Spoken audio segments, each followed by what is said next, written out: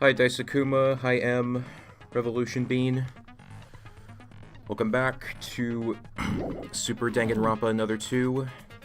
Hopefully we're getting into the final trial. I think this is going to be another two-parter like Case 3 was, but based on the links, if I decide to go for another Mammoth session, it is possible that we could finish this in, It is technically possible we could finish this tonight, but we'll have to see. Hi Joshua, Pickman. So I'm just gonna go back over the truth bullets.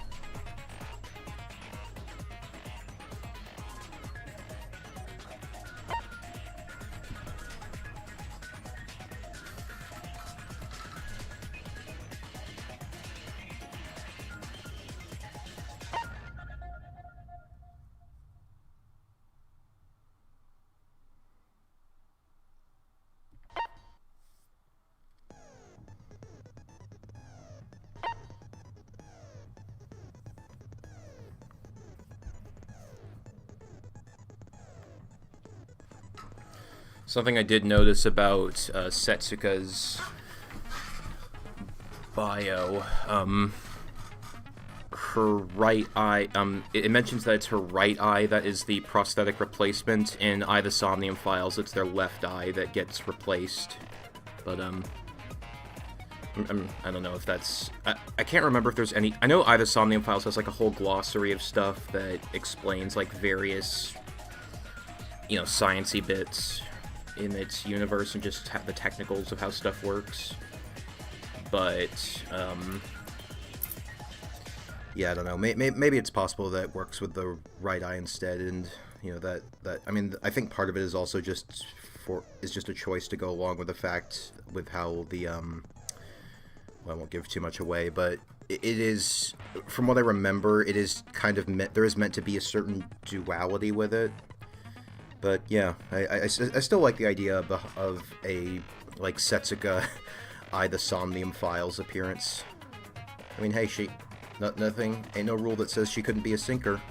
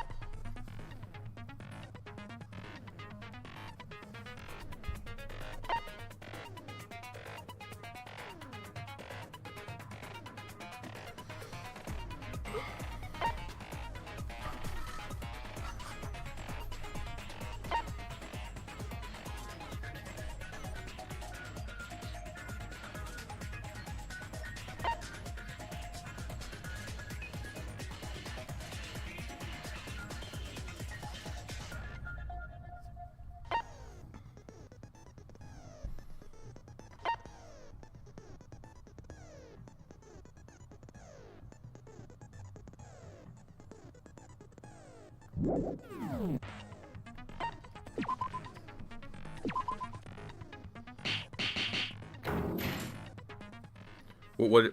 Oh, hi, Bats. What's your issue with I, the Somnium Files? I mean, I know that there are some things about it that people might not enjoy just because of, well, I mean, there's plenty of reasons I can think of, but I personally liked it a lot. Hello, everyone, and welcome to the final class trial. Given the disappearance of our original host, Monocro, I, Mikado Sanoji, will be in charge of the explanation here. In the previous class trials, there was a murder case, and the goal was to figure out who done it. Nice touch adding Yuki on the throne back there. However, in this class trial, we will discuss the truth of everything. If you manage to figure out this truth during the class trial, it will end. This long killing school trip will finally end, and each of you will return to your daily lives. What? What are you talking about? What's so confusing about that? I don't believe those words. You're just trying to use me to resurrect Utsuro. Discovering the truth is pointless in this nonsense trial. Pointless. Huh? I've already told everyone else, but this class trial is an important process, and the last stage of my plan.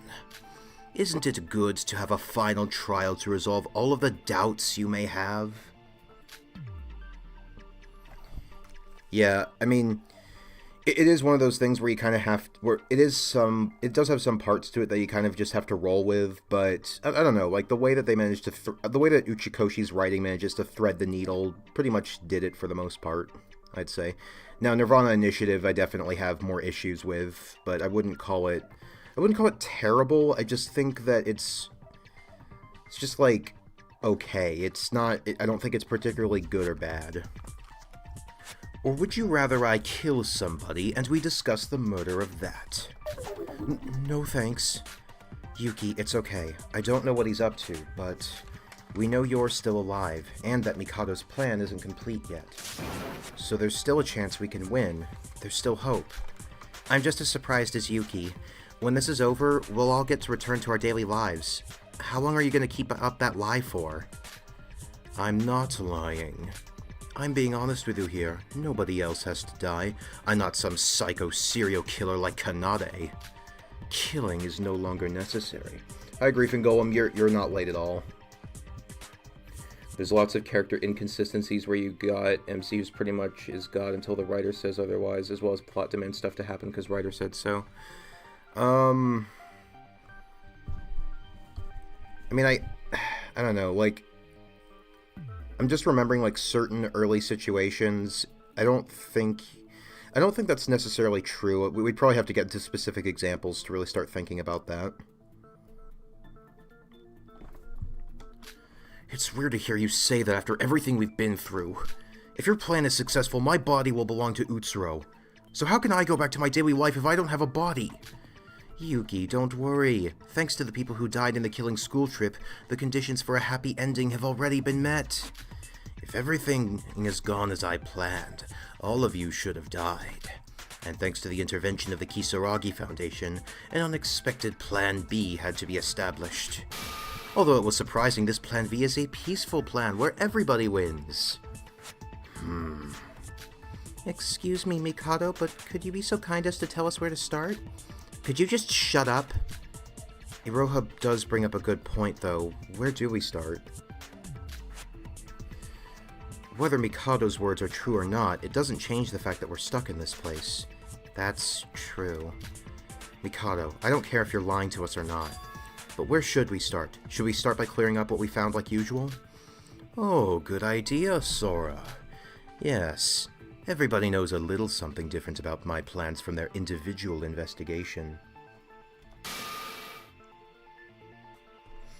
There's a router where I didn't record due to running out of battery. However, this wasn't brought up in any other route, so if I can understand that, yeah.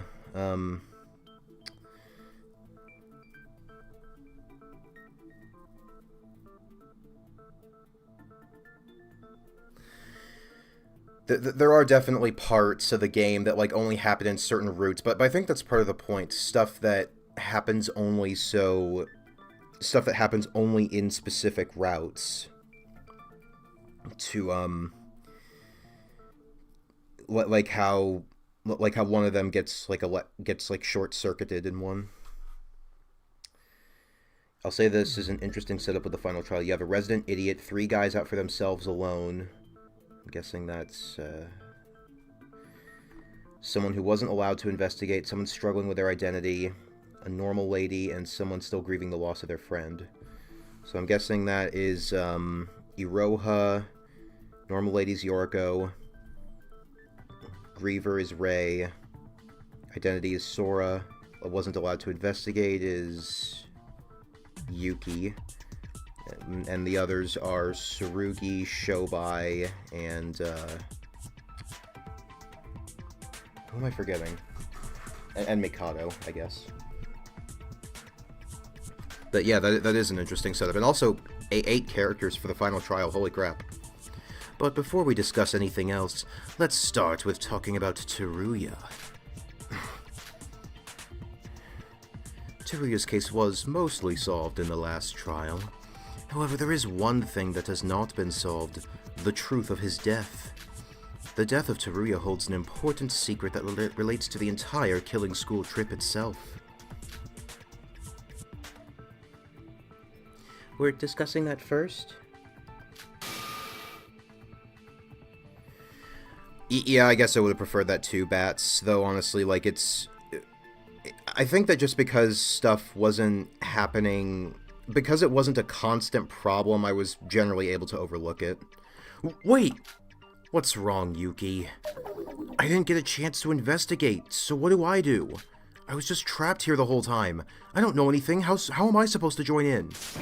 Hush, little Yuki, don't say a word. This class trial is an abnormal one. I expected such a rebuttal from you. Huh? You just need to quietly sit on the bus and listen.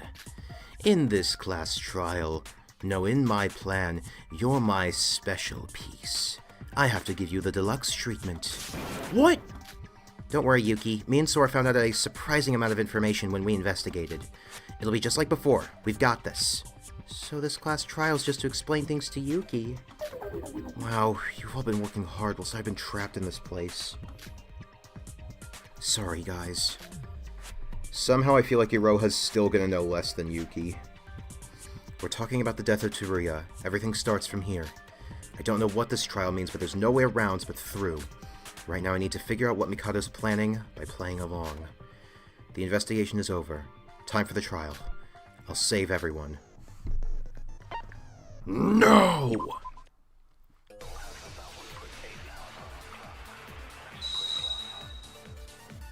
What's that purple thing next to Mikado's foot?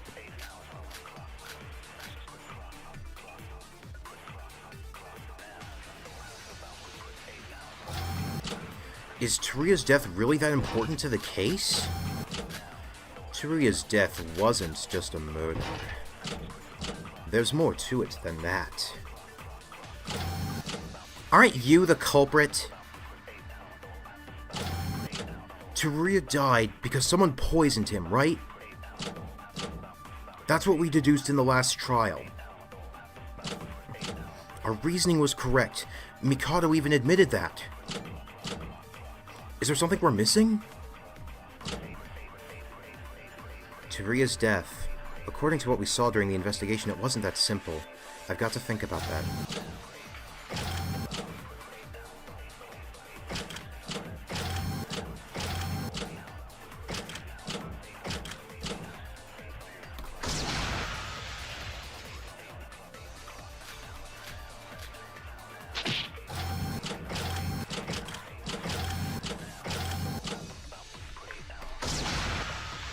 No, that's wrong.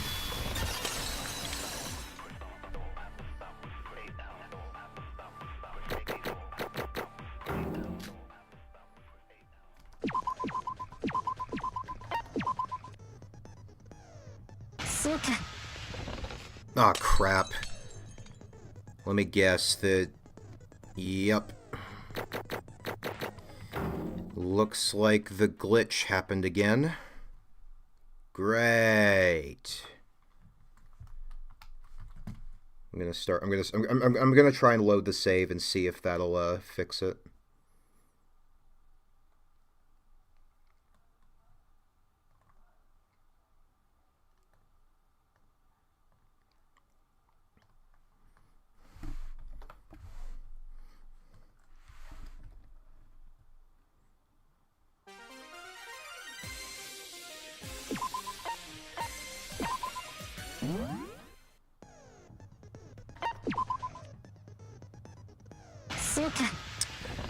Great.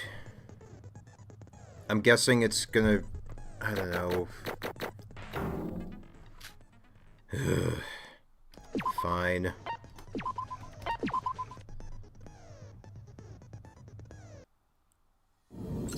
Why did Teruya choose to die? That's because his body was being used for something. Used for something? Yeah, I hope this isn't a problem when Noah gets to it. The very existence of Teruya is a firewall that blocks access to the real world. When the killing school trip first started, he and Ray showed up in front of us. Do you remember? Ray was turned into a pile of ash, and Teruya was sent into the stratosphere by my magic spell. After that happened, I modified the data of the unconscious Teruya. So you turned him into a firewall? And what exactly do you mean by he blocks access to the real world? To put it simply, as long as Teruya's heart is beating, nobody from the outside world can interfere with Utsunoshima. What? That's crazy! Didn't you think it was strange how nobody from the outside came to save you all? Teruya kept patiently saying that the Kisaragi Foundation would come to help. Even after you all figured out that Ray was still alive, the Foundation never came to help. It wasn't that they didn't want to help, it was that they couldn't. And shortly after Teruya died, we were able to escape into the outside world. You all went into the outside world? In the class trial, you lost consciousness during the execution too, right? That was because our connection to the virtual world was lost.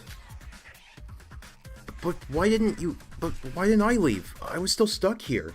And yeah, I don't think I missed much. Like, really, it's... like, it seems like... because, like, I was thinking that this was where we were going to end up. That, yes, he was being used as a firewall, basically. In your case, I prepared some preventative measures in case of an emergency. I manipulated Yuki's code so that even if the virtual world crashes for an unknown reason, he would stay under my control. This is why Yuki remained in the virtual world. Hi, fun time. What? Damn you! Don't get annoyed. Sora didn't leave either. In Sora's case, her body on the outside is dead, so it's slightly different to your case, Yuki. Wait, Sora can't go out into the real world? About that, we'll talk about it later. We need to focus on the trial. Sora... Anyway, Teruya realized the Kisaragi Foundation could save everyone if he died.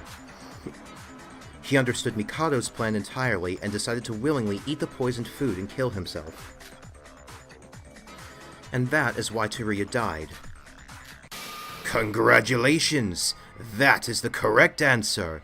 Even a little look into it and you'd see something strange. Teruya truly was an idiot. He shouldn't have eaten the food given in from the enemy. I was going to kill him either way, but he just made it so I didn't even have to do anything myself. He really did all that? Teruya sacrificed himself to remove the firewall. I think it's amazing. It's something I couldn't even do. It was a meaningful sacrifice. But the two members of the Kisaragi Foundation he believed in so much couldn't even finish the job. The Kisaragi Foundation is doing their best. Please don't be too harsh on them, Yuki. If it wasn't for my luck, the fight would have ended with the Foundation's victory. Teruya's sacrifice was indeed significant. Thanks to him, your life was saved. Please be considerate. Could you just shut up? Wow, I was only trying to help. I find something strange. Why aren't the Foundation members participating in the discussion? Iroha and Shobai, too. This is getting boring. It's like my precious guests aren't even here. Shut it. I guess Teruya really didn't mean anything to them. How insensitive. Both of you checked the video in the control room, right? Did you both feel nothing watching that? I have no intention of participating in this crazy trial. I have an idea of what you're trying to achieve by doing this. Until we reach that stage, my participation isn't needed in this pointless discussion. I see. I'll ask you this. Why did you choose Teruya? I don't quite understand. Why did you force Teruya into this killing school trip instead of me? From your point of view, would it really matter which one of us participated in the game? Rei, isn't it obvious? Teruya's a moron. Oh, sorry, I do drugs. However, even if you participated, Rei, the result would not have changed thanks to the power of divine luck. But it would make the process significantly easier if I included someone who was an idiot. I see. It was idiotic of me to ask. It's still going to be difficult either way. Even if there's guests here, the participation amount is still too low. If this keeps up, I'll have no choice but to force open your mouths. That means it's time for the truth of the killing school trip you've all been waiting for. Why is nobody responding? Iroha? What? Oh, yay!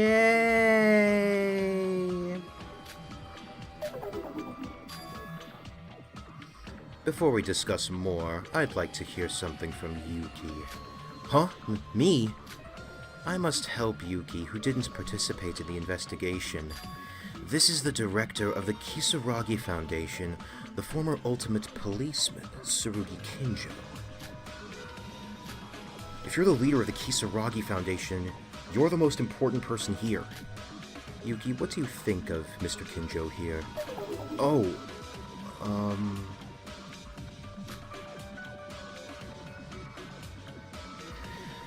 yeah, I agree, Daisakuma. Having Rei there during the, having Rei during any of the trials, honestly, would have made for an interesting experience, especially since she's definitely capable enough to defend herself against most threats that come her way. Like, even when Kinji got the jump on her, she still was able to mark him and knew how to like plant a trump card on him. The Kisaragi Foundation was a little too late to save us, but I think they were trying to help us from the outside. Were they trying to save you? Is that really true? What if I told you that everyone's deaths was all the leader of the Kisaragi Foundation's fault? What? Mikado may not be lying. I know the truth about Tsurugi. What did he do?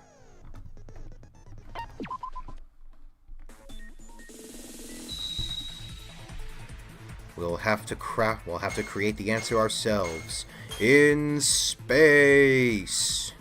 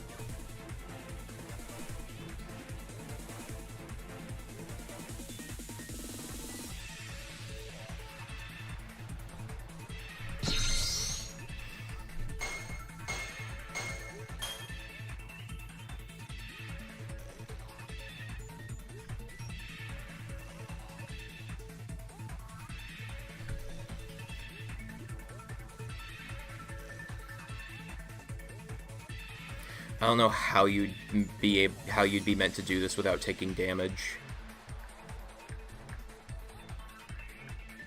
Or the skill, mind.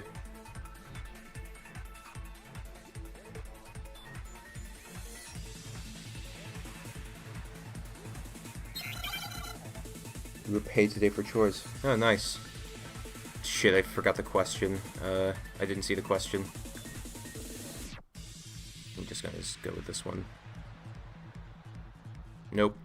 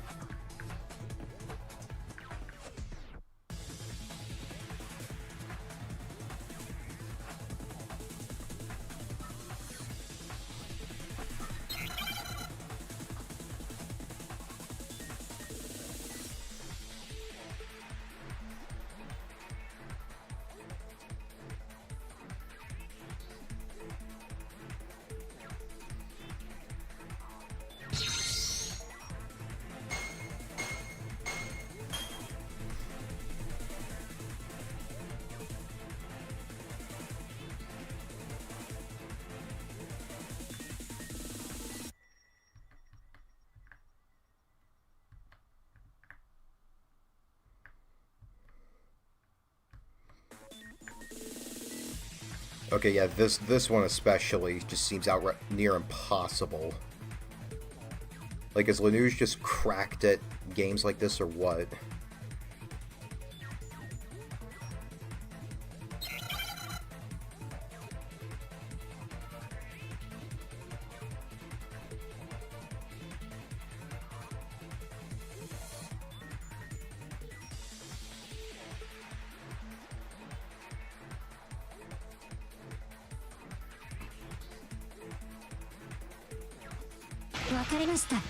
It connects.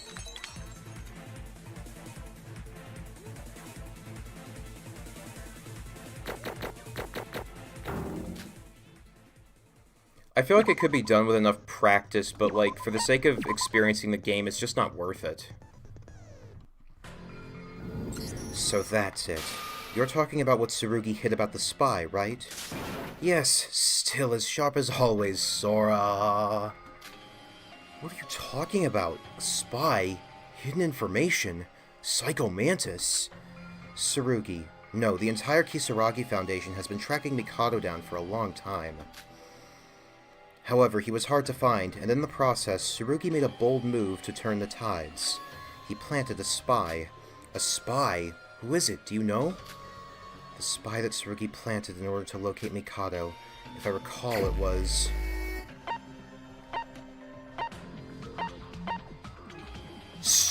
Face the camera, Iroha!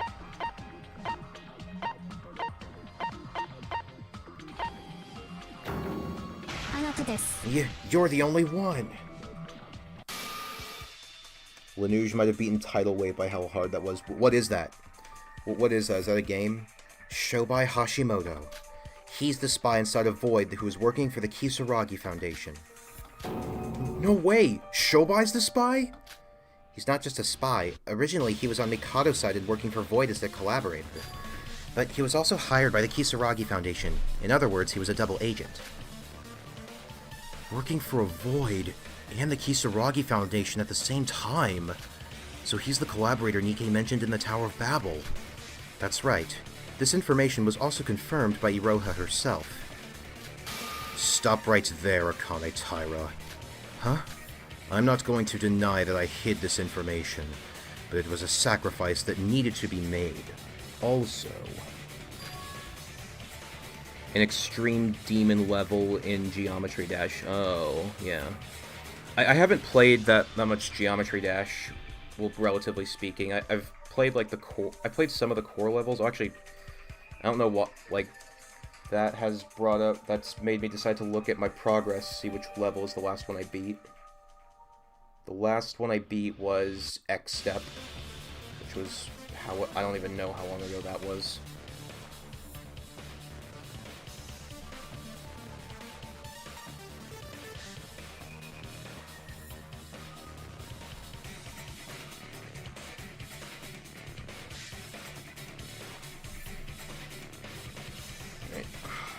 The information couldn't have been left in the clues that Mikado Sonoji left for us. So how exactly do you know that? I told her. Excuse me? Got a problem with that? Wake up, psycho cop. How long are you going to be this stubborn? Your damn pride isn't important right now. Also, is it just me, or has that scrolling background of the sky, has that always been there? Or is it only in this trial? Because if it's only been here, that's a nice touch.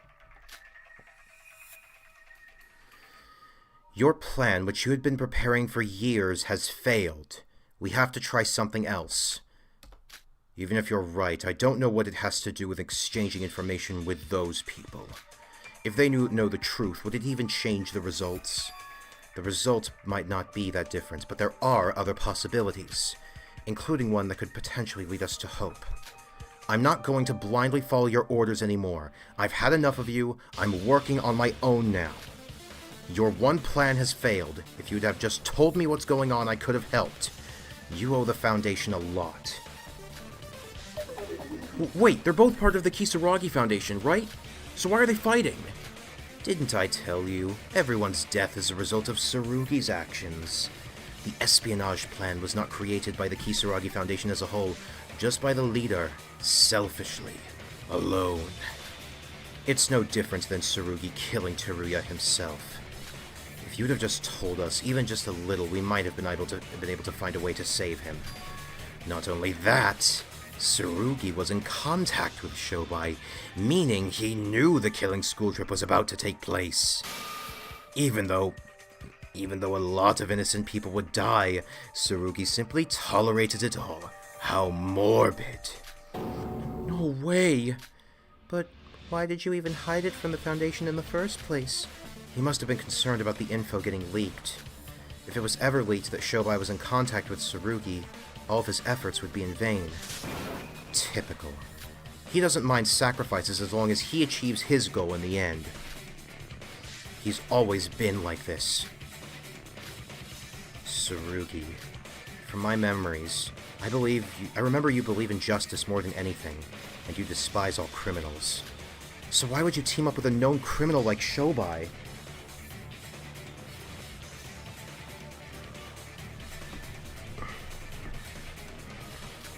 Yeah, I like that too, Daisakuma.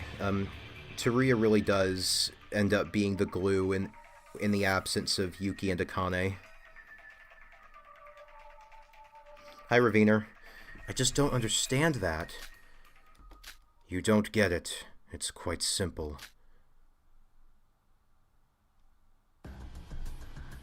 Oh. I used evil to judge evil. What? There's so much evil and injustice in this world. Amongst them is the real evil. People so rotten that they can't be judged fairly. The retribution for judging such wickedness causes too much mental damage. Two members of justice being tainted just to judge one evil. Doesn't it seem absurd? There is a way around this problem. To let evil judge true evil. Are you talking about the theory of necessary evil?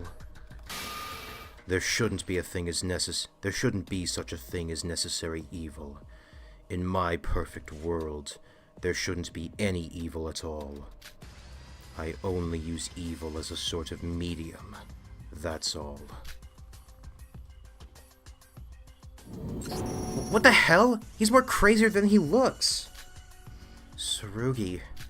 Rei, I thought you understood. I've just been pretending to understand until now. You crossed the line a long time ago, ever since you killed Ju Kinjo. Wait, he killed his dad? I guess I get why, but still. I don't care what you say. From the beginning I knew not everybody would understand my path. But Rei, allow me to ask you something. Was there any other way? Huh?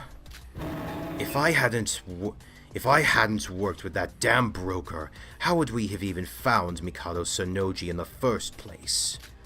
Do you remember the days where you couldn't find a single clue, even when the entire intelligence team was on it? Without the help of this broker, do you think we would have even found the location of Mikado Sonoji? Could you have figured out his plan on your own? That's... Yes, I know. It has negative consequences. Ju Kinjo said to Tsurugi's character sheet, using evil to destroy evil. In the context of the red eyes representing insanity, Kinjo being permanently half red is really fitting. Well, his eyes are red. I don't know what the deal with his eye patch thing is.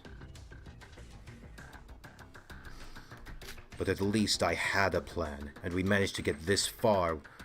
We're here, face to face with Mikado himself. I don't care if you act alone or not. I don't feel betrayed. But you don't have the right to blame me for doing nothing.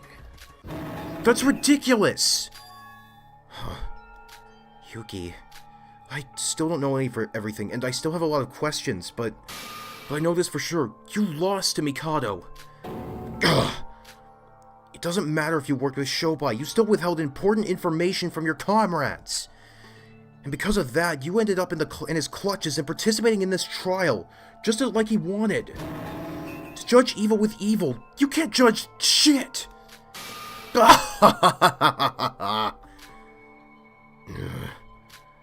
No, that's... If you really were that great, you would have saved me. Look at me. I don't even have a body. Stop. Stop it. Stop acting so pretentious like it's all over. You need to think of a... That's enough! You dare say that with that face, with that voice. Don't you dare talk to like that me. Don't you dare talk to me like that. Huh? Shut your mouth, Yuki. Somehow, I'll save you. So just please shut your mouth. What happened? Why is he screaming?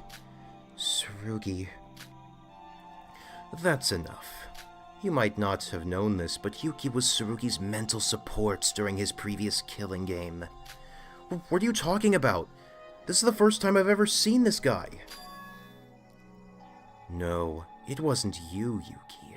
It was Master Utsuro pretending to be Yuki. What does Yuki say in Chapter 6?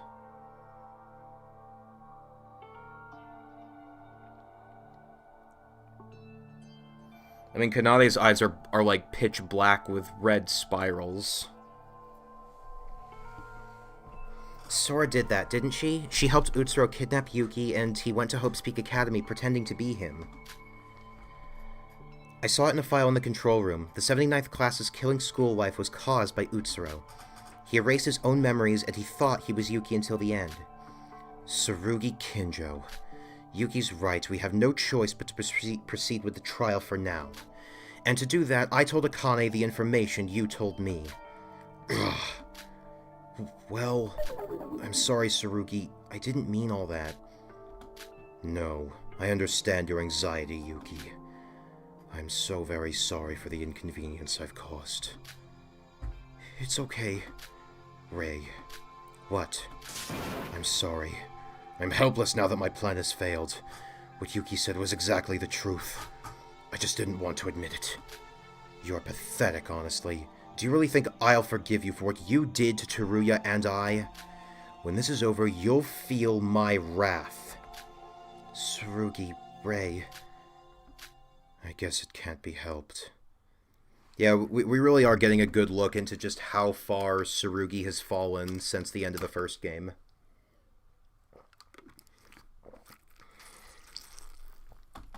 It's true that everyone here is fighting against Mikado altogether.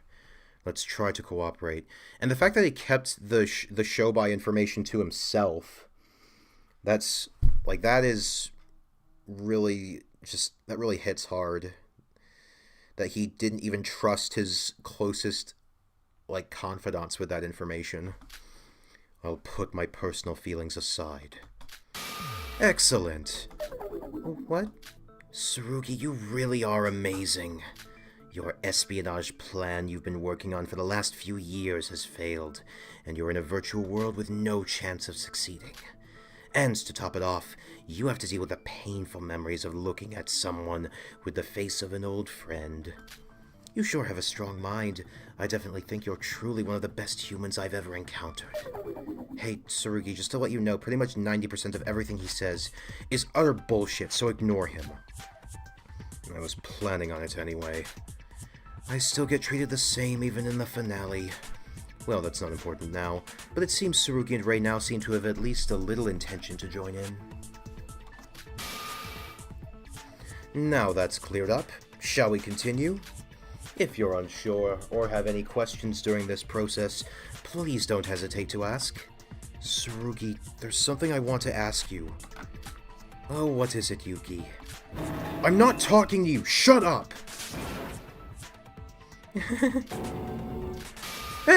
I didn't mean it. The reason why you've been communicating with Shobai is because you learned about Mikado's plan because of him, right? What did you discover that made Rei so angry? That's correct. Shobai Hashimoto was able to find confidential information about Mikado. And because the Kisaragi Foundation had failed to capture him multiple times, I chose to work with him, and thanks to this I was able to find out how Mikado was able to pull such a large-scale crime off. The two Kisaragi Foundation members have started to participate in our discussion, so I have to help them both as much as possible. The confidential info Shobai found out about Mikado. I found it when I was investigating with Yoriko.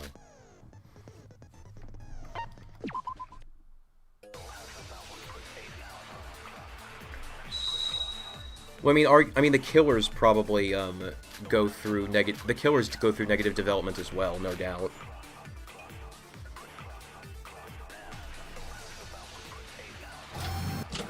Several years ago, Mikado hacked into the Foundation's database. Since then, we have been trying to capture him. The first few times, he was easily traceable. There were many occasions to catch him in reality, so we were constantly chasing him. Then, after that, it became impossible to track him? Yes, although it's impossible for a human to hide their footsteps completely.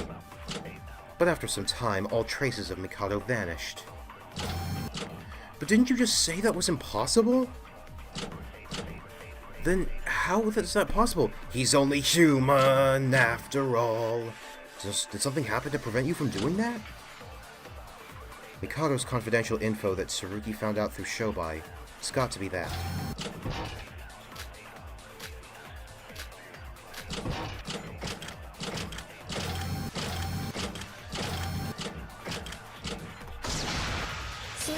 No, that's wrong.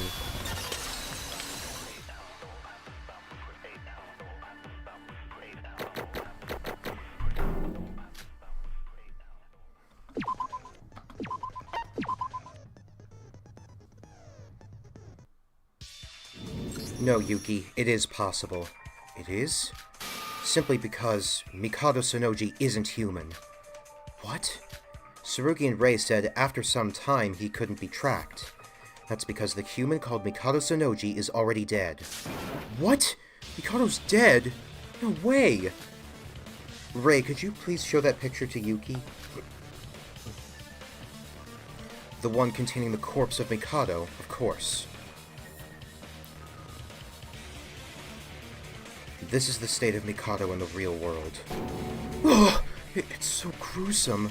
I mean, Yuki, I know it's been a while, but you've seen someone get dismembered. I don't think this is that as bad compared to that. How did you get a hold of this photo? Oh, Shobai must have taken it. Okay. Good job, Houdini. Good job, Houdini. Nikkei cosplay. Good one. Wait, I don't understand. Mikado isn't human. If he's not human, what is he? Who's this right in front of us? Tilde. The human known as Mikado's already dead. The Mikado in front of us. That person. No, he's a...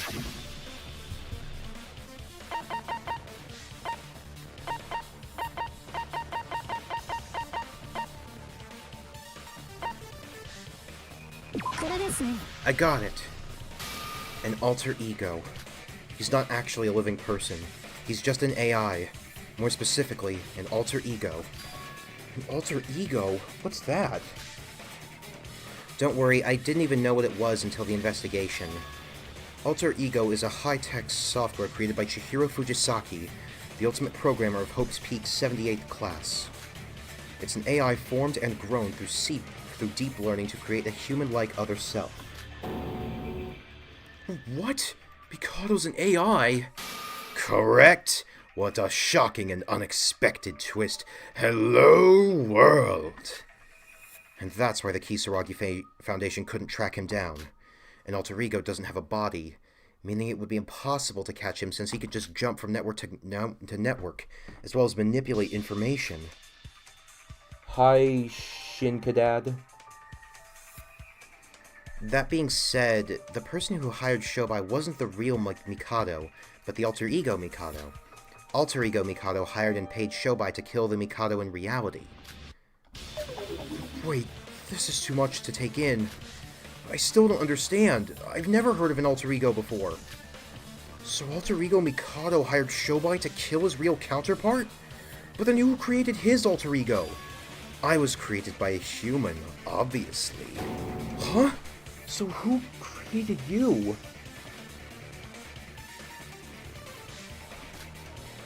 I killed the parents who gave birth to me. Ah, the forbidden sense of immortality. Only me and Kanade would get it. Ray said it a little while ago. Alter Ego is a program created by the ultimate programmer of Hope's Peak Academy. The technology was modified and improved using various ultimate students, and there are various versions of Alter Ego, in fact. However, due to the biggest, most awful, most tragic event in human history, the technology wasn't well known to the public. Tragic event in human history? This is too much. There's so much I don't know. You still don't remember? Unlike the others who have had their reset codes unlocked, Yuki's hasn't been.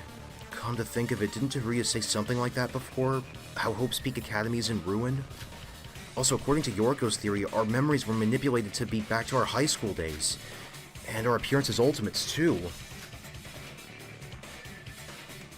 That's right. You didn't know who I was when you first saw me again. What I look like now is how I actually look in the real world. When I was a student, I lied about my age to work as a hostess. Huh? What? So we're not Ultimate students? That's right. Most of the actual Ultimate students are already dead. This is something else that's interesting. Like, I've seen, like... I haven't really seen many fangan... I feel like a lot of fangans tend to include the ultimate title just because, like, that's a trope of the series, but they don't really have much of an explanation for it. There are some exceptions, though. There are some exceptions that either explain why they are that way or why they have those skills, or at the very least will have some kind of explanation for why they actually aren't ultimate students.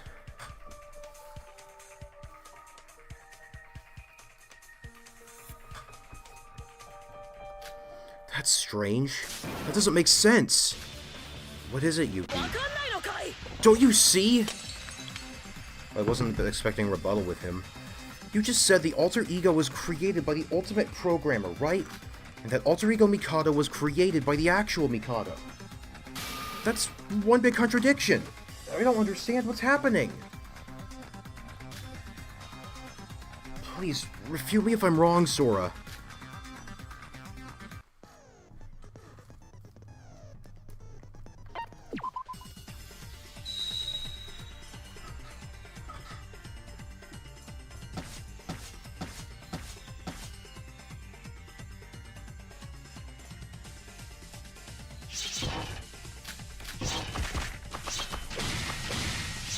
Mikado isn't an ultimate student.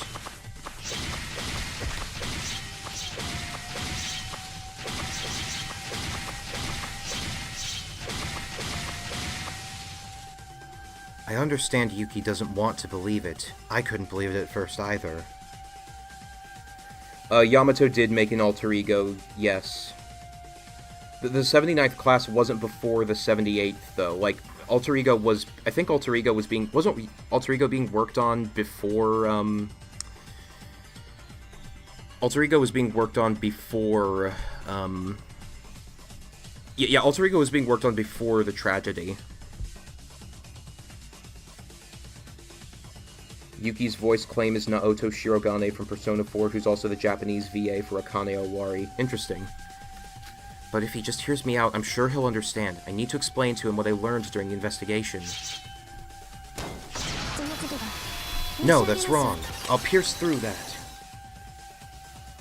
I love the fact that's the first one. Literally the first one. How's everyone doing tonight, by the way?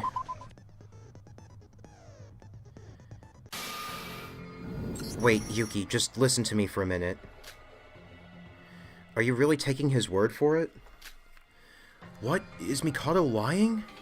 Also, it is explained in DRA 1 that Monokuma's AI the AI in Monokuma is based off of the alter ego unit, and Junko didn't make alter ego herself. She based hers off of Chihiro's. Hers was an offshoot of Chihiro's. The fact that Mikado made his own alter ego is simply incorrect. Alter ego Mikado was co-developed. Co-developed? There was someone who helped him? That's wrong. It's quite the opposite. Mikado was the helper, not the main developer. Hi, Wizzo. Yuki, you know her well. A distraction from what? The main developer's name is Kokoro Kurokawa, or you might know her as Kokoro Mitsume. What? Kokoro, it's her? There was a document in the infirmary showing various conversations between Mikado and Kokoro. I do still wonder, like, what Kokoro... Like, I think it was sort of, like, indicated, but I have to wonder, like, what Kokoro's motivation for this was. I think it's clear the two of them had some kind of working relationship, and that Kokoro was the main producer of Mikado's alter ego. Kokoro. Ah, what a nostalgic name. How painful it is to hear the name of your dead mother. Wait, I don't understand. Why is she being brought up? Kokoro's dead. We know she died, right? Still don't really know how to feel about alter ego as a plot device in DRO. And are you talking about the main series or DRA or Danganronpa another? God, my head hurts. Are you okay, Yuki? Quiet, everyone. You're forgetting that Yuki here didn't investigate like you all. I know you're all impatient, but don't say that all this as if it's common knowledge. Have pity for Yuki here. Shut up! You're just trying to make Yuki's memories come back. Let me take over the explanation from here. I'll explain all the details you might not all know. What are you saying? As you've all said, I am an alter ego created by two people. My father, Mikado Sonoji, and my mother, Kokoro Kurokawa. Mr. Sonoji is my father. My father, Mikado, desperately tried to gather information on the whereabouts of Master Utsuro. Main series, yeah, I guess so. I mean, granted, it is a way to ensure that that Chihiro, at the very least, has some kind of relevance after his death. You aren't wrong on the ultimate talent thing. When they weren't always used, several cases in Danganronpa used the talents for either murder plans or backstories. Many fan stories often don't give them the story presence they need for making them have these talents. Yeah, and that's true. And granted, there is one... Okay, mild spoilers for... Okay, there are going to be mild spoilers for it, but nothing too groundbreaking. I'm not going to actually explain what it means, but Danganron kind of toys with that. Like, the talents aren't really... At least from what I remember, the talents in that fangan aren't really used in the ways that Danganronpa usually uses them. I think there's only... I mean, there are a couple of occasions where they're relevant to the murder plans, but not really to the backstories. But as it turns out, if you've seen the ending of Danganron, which sadly isn't available to watch on Instagram, and sadly Danganron isn't available unless you see, like, SHSL Blaze's live streams, or someone else who's reacted to it, which is unfortunate. But one of the twists, there is an explanation for not only why the ultimate talents are a thing, but also, like, why these characters not only have them, like, they aren't just titles, like, they actually do have, like, skill in these fields. It's not just words, and there is an explanation for it that I thought was genuinely really clever. Like, it's a very simple explanation, but it's a very clever one, I feel.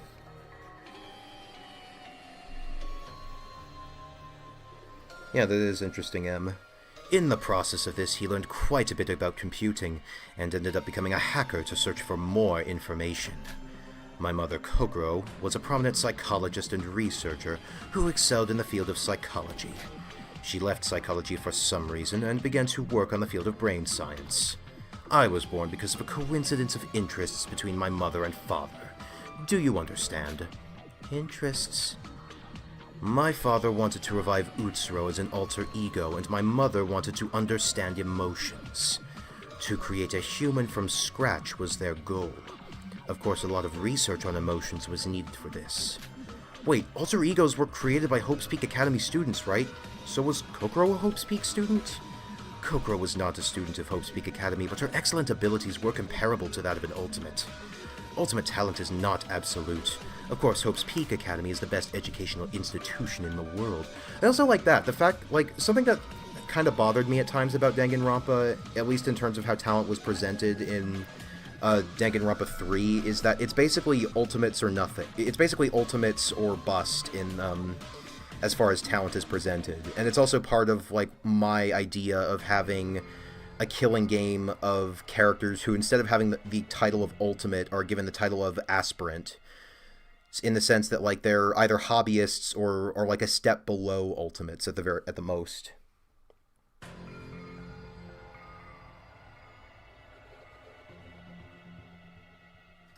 I mean, Shinkeda. I do think that Shinkadet. I do think that the talents in DRA1 are fairly well utilized. Even the ones that aren't necessarily, even the ones that aren't super relevant, like say Kizuna's. Like Kizuna being a cheerleader isn't really relevant to the story, but it does inform like the image of her character. It's there to add into the stereotype she's based off of. Hajime's body mass, Emma's acting skills, the beat keeping of the twins, Shinji's fire knowledge, Iroha's painting skills, and even Toriya's shopkeeping several times. Yeah, exactly.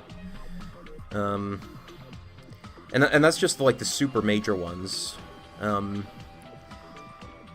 obviously we're getting stuff about how Mikado and Shobai's were related to the overall plot. Kokoro's was related to her motivations and how it played into the overall plot here. But a talented person doesn't always have to attend Hope's Peak Academy. Continuing on, both my parents extracted the data from Master Utsuro based on experimental data taken from Kokoro's daughter. That was the basis of my alter ego. Wait, Kokoro Kurokawa? Could it be Mikako? No way. Finally a response. This must be a familiar name for Tsurugi and Rei here. As you might have expected, yes, your classmate Kokoro is the mother of Mikako Kurokawa. What? Tsurugi, did you know anything about this? Is that a no? Hey, Shobai Hashimoto. What? Why was I not informed? Giving me all the information was part of our contract. Did you hide this, or just not know? Director, I don't even know everything about Mikado in the first place.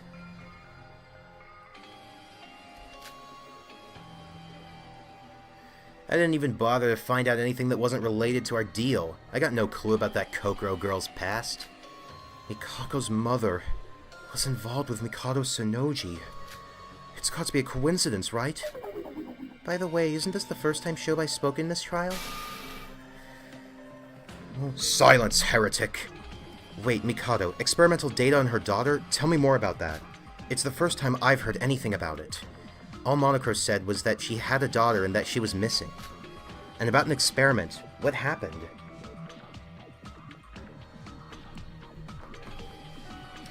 What also helps about DRA1, I think, is that several characters have some other niche that they do that isn't, like, that's kind of outside their talent. Like, Chiriya has his first aid, and Haru's kind of a military gun nut.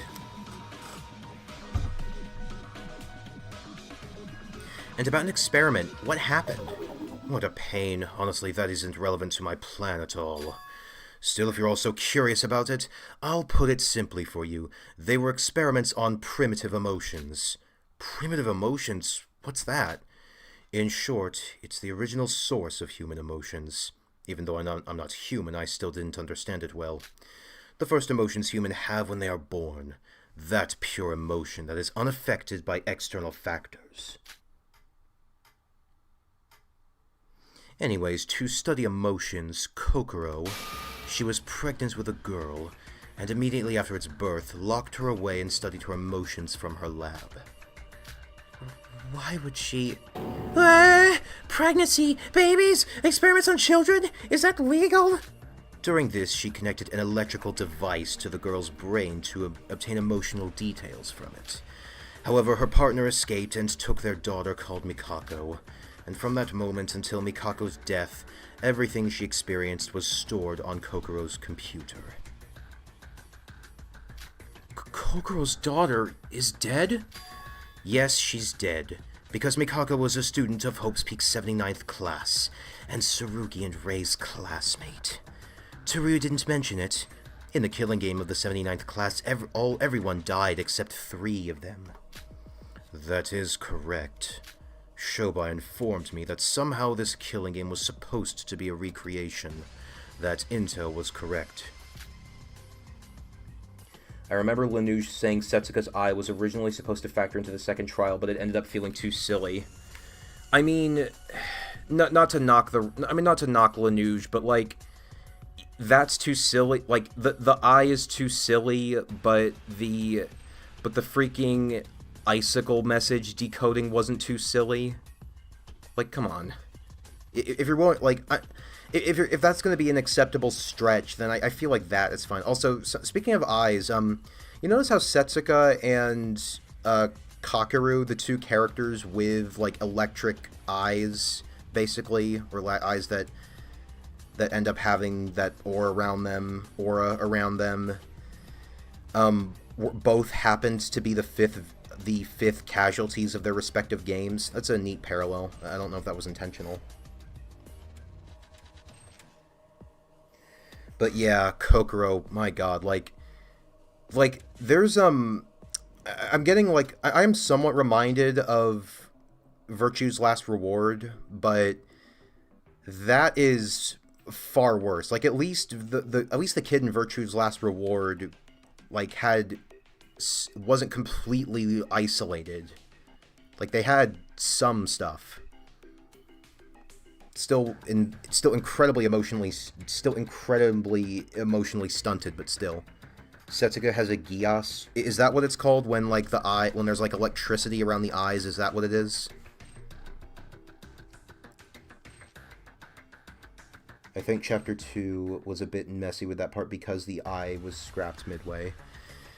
Yeah, that might be the case. Like, I don't know how it would have factored. Maybe she would have, like, detected that a particularly tall figure, and I forget exactly how her eye works, but I think with how it works, like, she would have detected that a particularly tall person would have entered. And then, like, connecting that with Kanade's interpretation. I honestly feel like that would have helped. I understand that would have been a bit of an ass pull, but, I understand that might have been a bit of an asshole, but at least there would have been like multiple.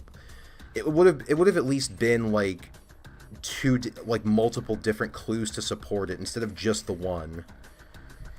Yes. Also, Junko Enoshima said she destroyed the data sent by Utsuro, so that's how Mikado learned the contents of the killing game that nobody except the 3 survivors knew.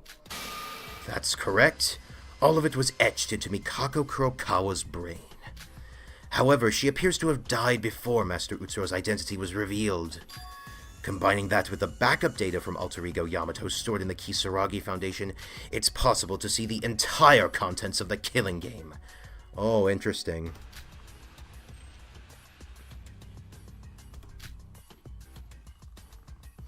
Kanade caught on to Emma being a void before the trial. Was that another note? Was that in the notes, or was that outright said? How about that? Do you understand now, Yuki? The fact that I'm not human, and am indeed an alter ego. Mikado and Kokoro worked together to develop the alter ego Mikado who's right in front of us. His alter ego then hired Shobai and made plans to make this killing game we're currently in. Something's off. What is it, Sora? That's right, it's been on my mind ever since the investigation. I know someone who figured out what the message meant by reverse engineering it with Emma in mind, and we've wondered if the implication might be that Kanade figured it out the same way. Of course, that might be just trying to justify a minor hole in the plot, but I do think it's possible. It's possible, but like it's definitely requires it requires a much more suspension of disbelief than usual, I feel.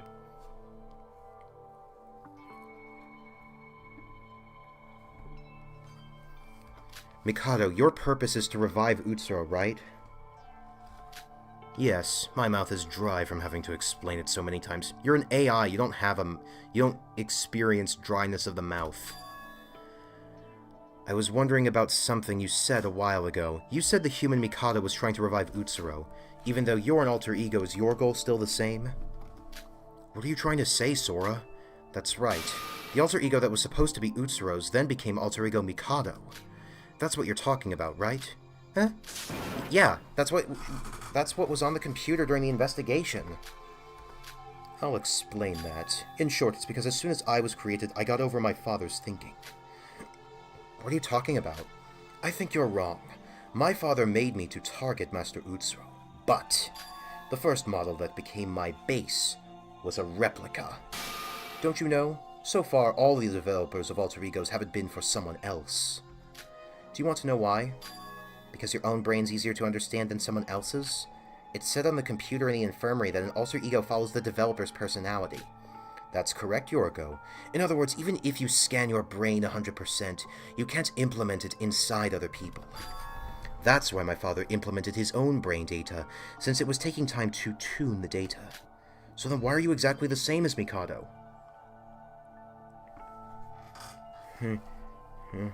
Oh, have you, I don't know, Golem, have you been an AI ever? You want to make that claim now?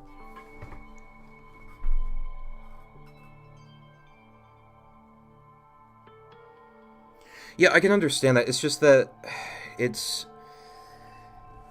I don't know. I feel like it's something that, because of how it was written, was always going to feel awkward, no matter what.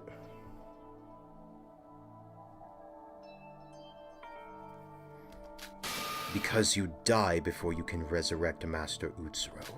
What? From the moment my consciousness awoke, I aided my father in calculating his plans. Yeah, of course you don't. I am a clone of my father's internal brain structure, so it's no surprise that my purpose is the same. However, why hasn't my data been changed to Master Utsuro's, you might be asking? The difference is Akane's twist was insane because she still had her caring nature. She just was really devoted to Utsuro. Kokoro did a 180 out of nowhere on her own. Plus, we barely see evil Kokoro. She just doesn't feel consistent. Yeah. I'm starting to get the sense of I'm starting to get the sense that's the case. That's why, like, she isn't as well received. Because it was a terrible plan. It was too imperfect a plan, with a low success rate, not to mention very inefficient. That's why I secretly hid Shobai behind my father's back, and ordered him to kill my father. I'm calling Corlinium is an AI. I know I can definitely come across robotic. Same. My understanding is that teenage Kokoro could have been a much different person if she'd had someone around to lead her in a better direction, and this is the result of her not having that. Yeah, I mean, I'm willing to see the direction with it, especially once we see her free time events.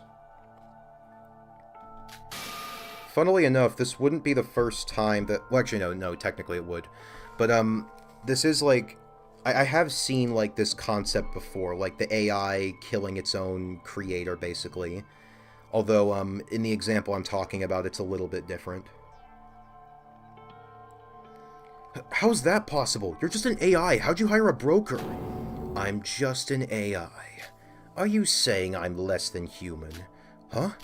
From the moment I was brought in this world, I surpassed human wisdom. All humans are beneath me. There's no human that even comes close, except for Utsuro with his luck. An alter ego can theoretically navigate through any network in the entire world. Furthermore, in our current age of the internet, nothing would be impossible for him to find out. But still, you killed the person who created you. To revive Master Utsuro with my father's original plan, to put it simply, would take too long. Anyway, it would be impossible for him to meet with Master Utsuro. He's only human, after all. This is my only plan. I just killed my father and carried out his purpose. It's the same result in the end. In the end, there's just one final step before Master Utsuro is resurrected. Just shut up! Give me my body back! You say the real Mikado is dead, but how about Kokoro Kurokawa? What happened to her? Kokoro, you're referring to my mother. Well, Kokoro kept me alive. She was the deciding factor of my life. She decided to let me continue with the plan myself. What?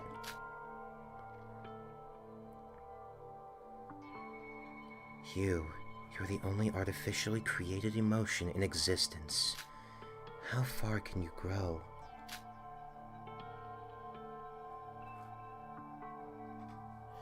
Yeah, it is a contrast for Wiener. Like, granted, she is distant from people, but she genuinely seems to try and help people. Like, okay, it'd be like if we saw, it would be like if we saw Tsurugi at, like, during his school life with his classmates when he became the improved person he was briefly during Chapter 5, the end of Chapter 5 and most of Chapter 6. But, but if we never saw, but then we skip over all that to SDRA 2 and just cut out everything that happens in DRA 1. We don't learn and also cut out his backstory. So we don't understand why he ended up so we wouldn't have understood why he came this way. When you have like negative development like this, or really any kind of development, you need to show like how we got from A to B, and like Kokoro doesn't really have that, I feel.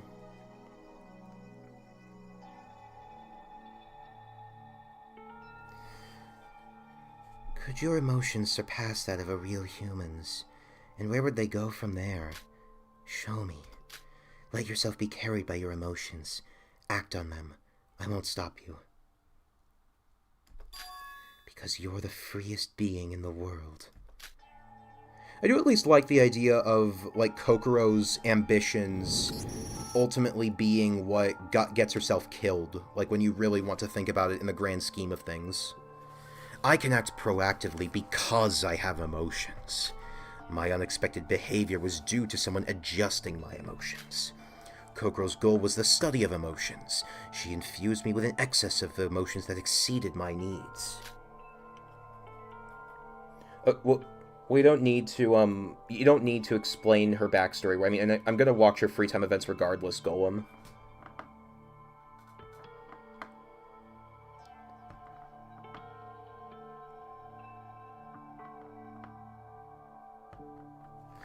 And as a result, you modified the plan to your will, and in the process killed Mikado. What? Everything we fought for, everything we've been through was all because of Kokoro? That's just a theory. Kokoro would never do that. No, Kokoro would have expected this to happen. She didn't even try to stop me. What would you expect from someone who experiments on a baby, even when it's just in the womb? Even to me, an AI, the existence of somebody like Kokoro is surprising. She's a mad scientist. A mad scientist. Yeah, I agree, Raviner. Like, you shouldn't be, like, solely reliant on the FTEs. Like, having them to ornament stuff is understandable. I think Tsurugi's a good example. You understand what Tsurugi's all about without his free time events, but you get but his characterization really aids in understanding his character. But it's not like required material. Wait, but Kokoro was trapped and got murdered in the killing game. How do you explain that? She was trapped. Yuki, I think you've got it all wrong. My mother voluntarily participated in the killing game. That's crazy. She wanted to see how the Neo World program worked combined with my software in the virtual world. As for me, being implemented as a virtual avatar in a virtual world is the first time I've experienced the sensation of walking. Okay, never mind. I retract my previous statement, Golem. Maybe he does actually have dryness. Maybe he can experience dryness of the mouth. But Kokoro lost her memory like us. That was a surprise for me. That means another betrayal. It was an unavoidable decision. Kokoro was the only person who could possibly stop me. She just caused problems later. I thought it'd be best to take advantage of the situation. Okay, that's the whole story.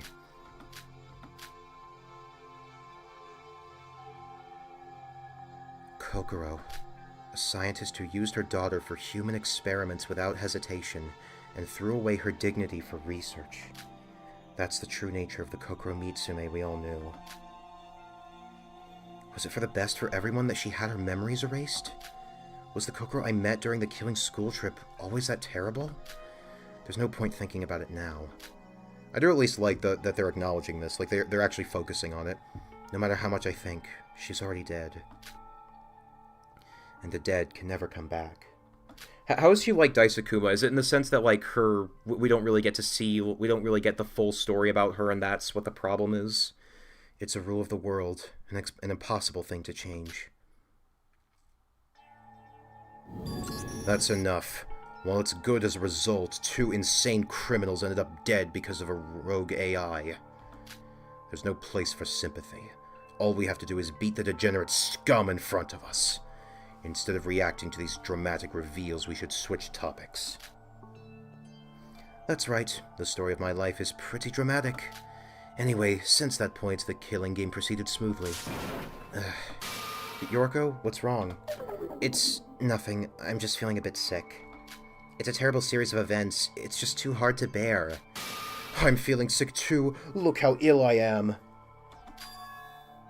Be strong, Yoriko.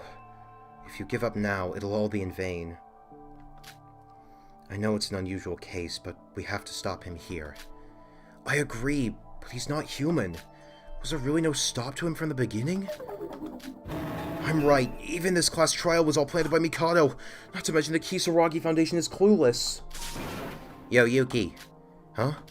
Everything's gonna be fine. Let's just keep going. We're all gonna get out of this. That's strange. I remember you... Maybe Shobai...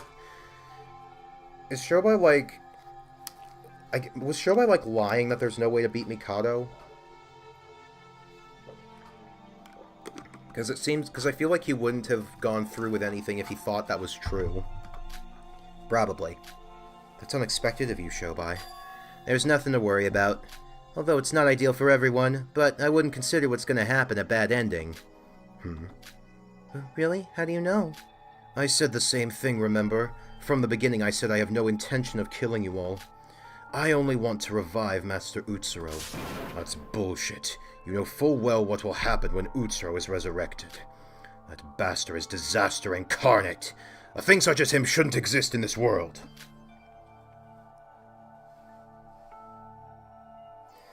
Whilst your unwavering conviction is amazing, what you said is quite ironic. I mean, brought UOB for her character.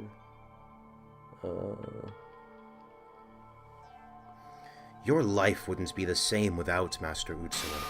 Divine luck was cast on you too, was it not? What? What's he talking about? During the killing game of the 79th class, Tsurugi here was saved by divine luck.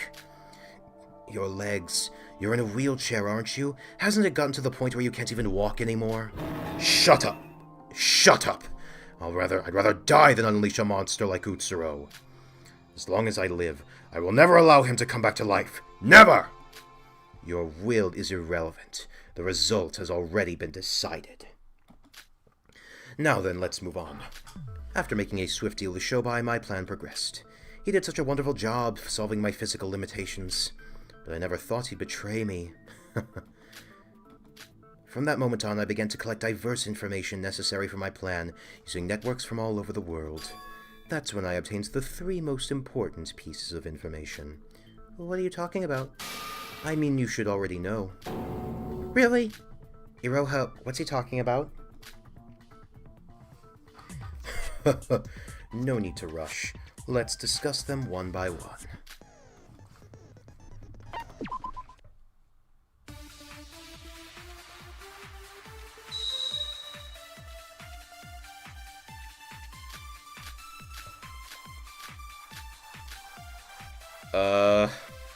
What's the last bullet supposed to say?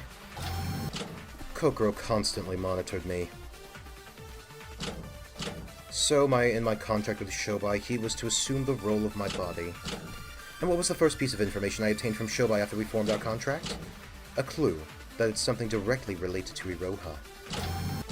It's something to do with me? Maybe it's something to do with my fortune? Did you find a trace of Utsuro? No, you're both wrong. I don't know why, but Iroha seems to be putting in almost no effort. The grand plan to revive Master Utsuro.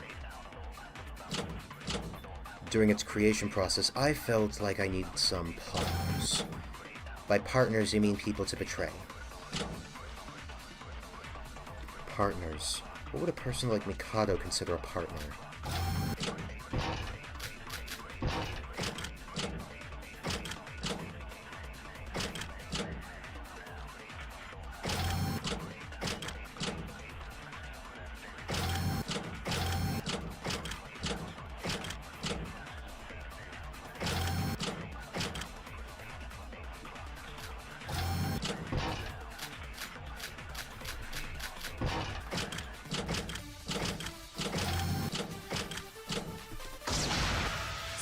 No, that's wrong.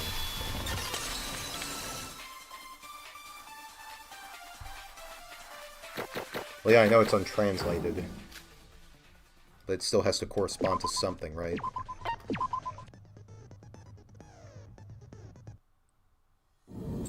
If it has something to do with Iroha, it's got to be how you gathered Void, right, Mikado?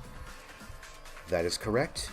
Whilst looking for information to help with my plan, I discovered traces of the children of Utsuro, who were in the same situation as me.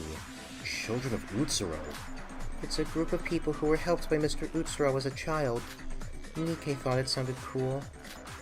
You already had loads of information about Alter Ego, and Kokoro and Shobai were already working for you. So why did you need 4 more people in Void?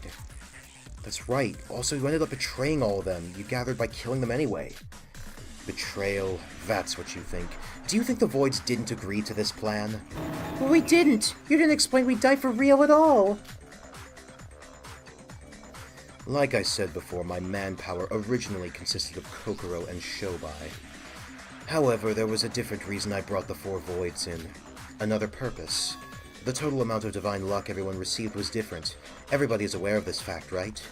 Total amount of divine luck. Total amount of divine luck. I think I heard something about this before.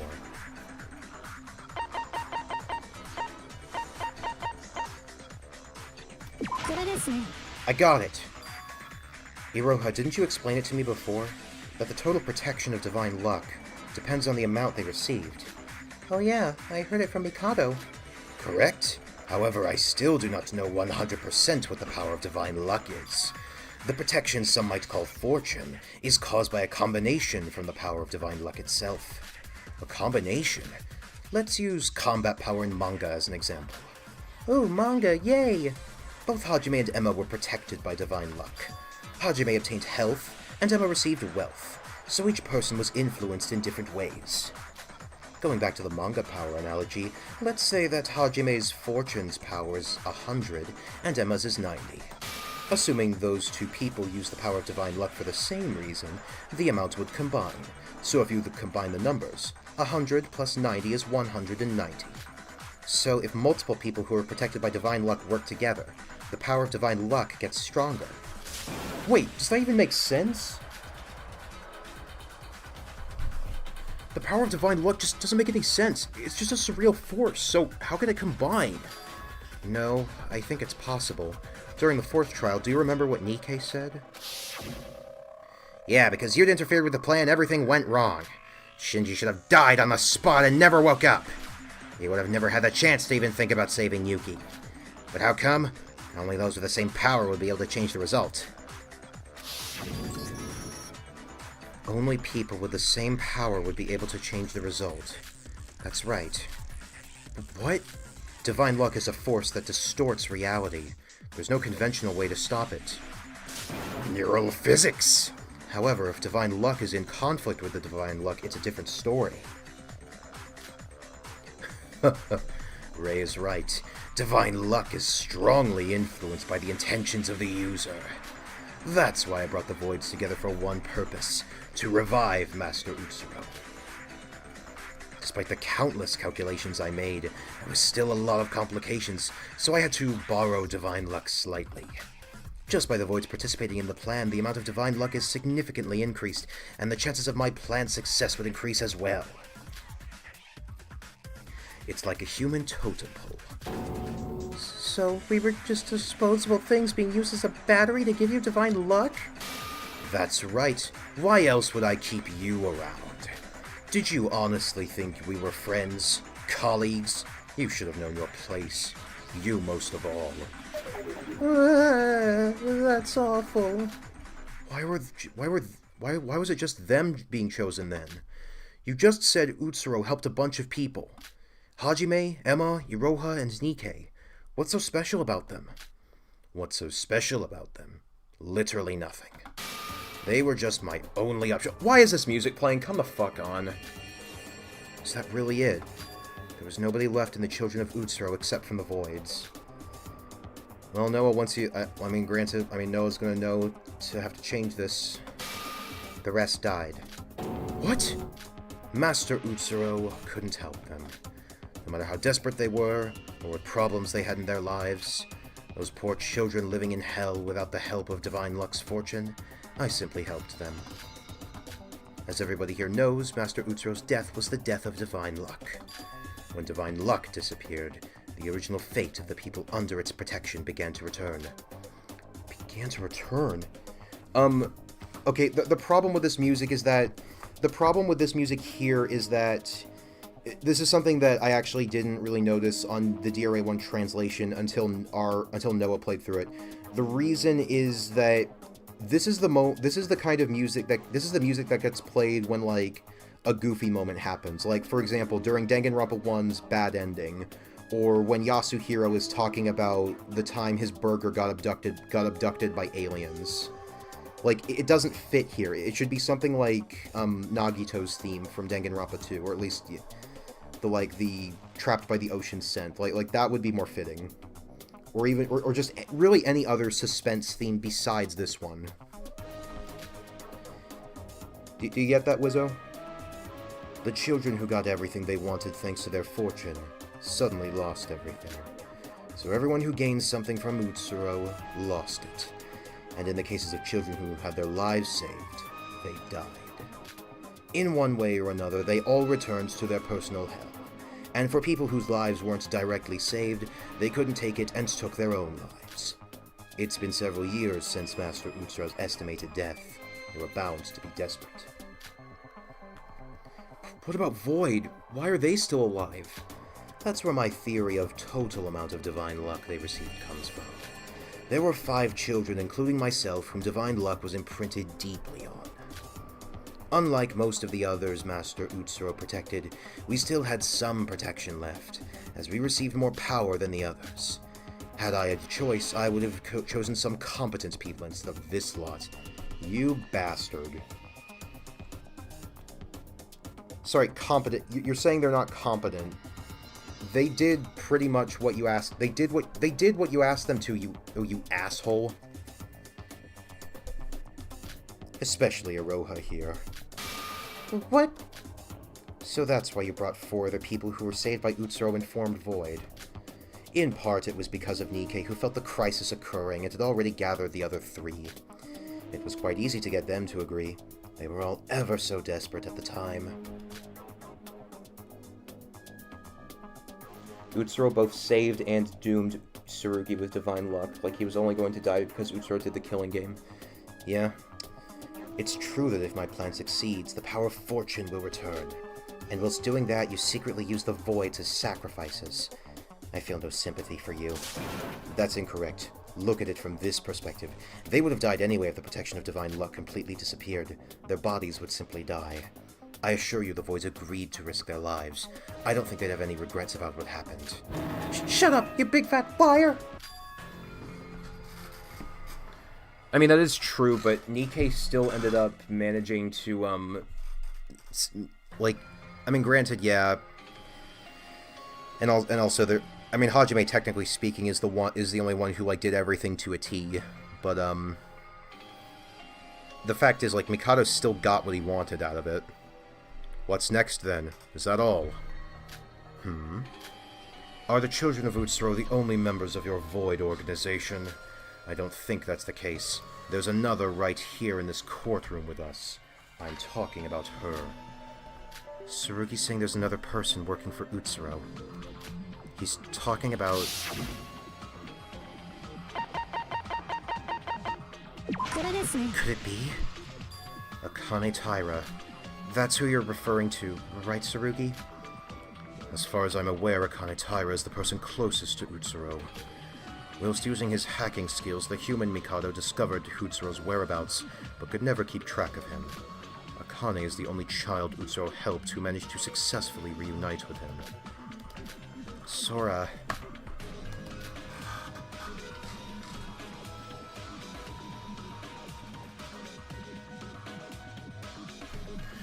I mean, arguably... Sorry, when you say eliminate, are you talking... I'm assuming you're comparing Mikado to Tsurugi, Golem. But Tsurugi, Akane is still in the real world. Furthermore, she's in a vegetative state. The only reason you can walk here is because it's a virtual world. A vegetative state? What are you talking about? Is she good on the eyes? I don't understand how her body survived the destruction of the lab, or how it's even still functioning. But I found the presence of her in the medical records of a hospital, and I even discovered she vanished a few weeks ago. You found her in hospital medical records? We wouldn't have even known if she had been taken to a private clinic. It was a blind spot. Due to the tragedy, unknown patients were a common occurrence. If you want to hide a tree, put it in a forest. There were tons of early to mid-20s patients who were unconscious. We just didn't realize it was a Kane. Oh, so Sora would be in her 20s then. Hooray! I mean, yeah, you can argue that, but I feel like you can make the case either way, really. Like, I think it's kind of meant to have these two be presented as, I think that Tsurugi and Mikado are both meant to be the leaders. I mean, as we've discussed before, they're meant to be the leaders, the incredibly flawed and like and often and at best anti-heroic, if not outright villainous leaders of the pursuits of these goals. I suppose that if you want to talk about, like, if we're talking about Maslow's hierarchy of needs, then, yeah, Mikado's would make more sense. What are you talking about? To put it simply, it was Mikado who took Akane from the hospital a few months ago. No, it would be more accurate to say it was Shobai acting as a representative of Mikado. Am I wrong? Tsurugi, you're incredible. You got it all right without me even having to correct you. And that's the second of the three most important pieces of info I mentioned previously. The fact that Sora is the presence of Akane Taira. Shobai, you kidnapped Akane? Wait, Shobai, is that why you didn't know about my identity as Akane? What are you talking about? Well, it definitely seemed like that based on what he said on the 5th island. Not that it matters. This is the virtual world. Whether you are Akane herself, or someone pretending to be her, the fact that you have that scar means that one way or another you're related to that person. And that means Mikado knew of her too. Then why the hell did he hide that information from me? Shobai said Mikado was trying to hide information about Akane. If Tsurugi's story's correct, then it doesn't make sense for him to say that. Well, it's true that I abducted Akane from the hospital as requested. However, back then, I didn't know the identity of the woman I abducted. You abducted someone you didn't even know? I've told you all before, I don't look into things I don't need to, I just do as I'm told. Need-to-know basis. All my employer told me to do was to kidnap a woman in a hospital, so that's what I did. I got enough info to do my job, so there was no reason to look deeper into it.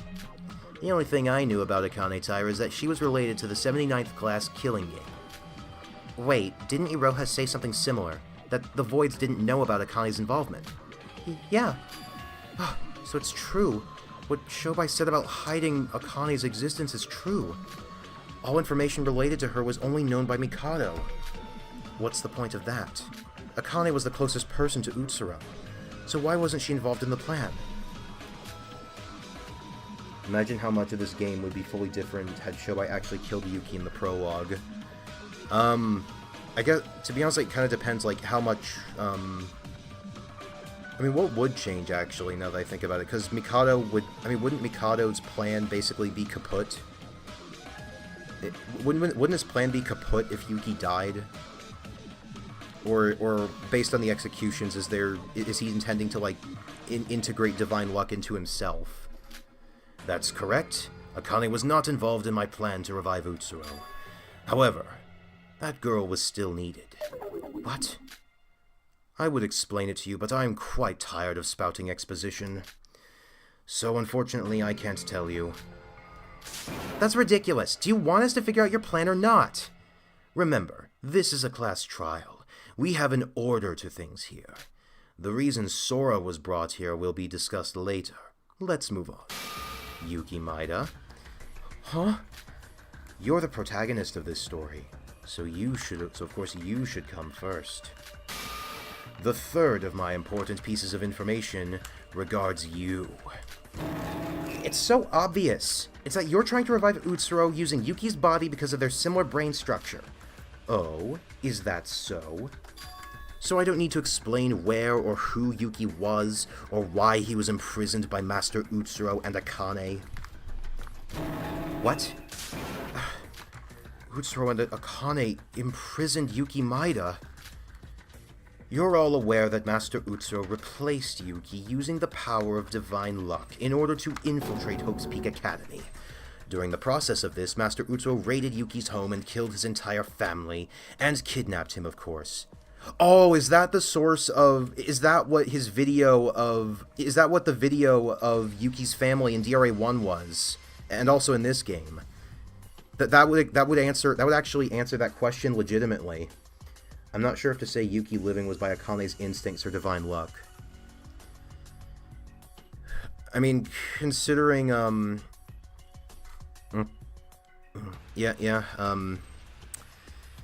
so, is the idea that... would Shobai have been the first victim originally, or would he have killed Yuki and then just immediately been executed? What? And that's why Yuki's mom said, "Honey, why?" I mean, yeah, because it would have been Utsuro going in there, and so his mom would have thought that Utsuro was Yuki. Do you remember the motive video on the third island you received? It showed your house and what happens to your family. What? Master Utsuro is someone who spares no blood and no tears. Yuki's mother and father were living peacefully.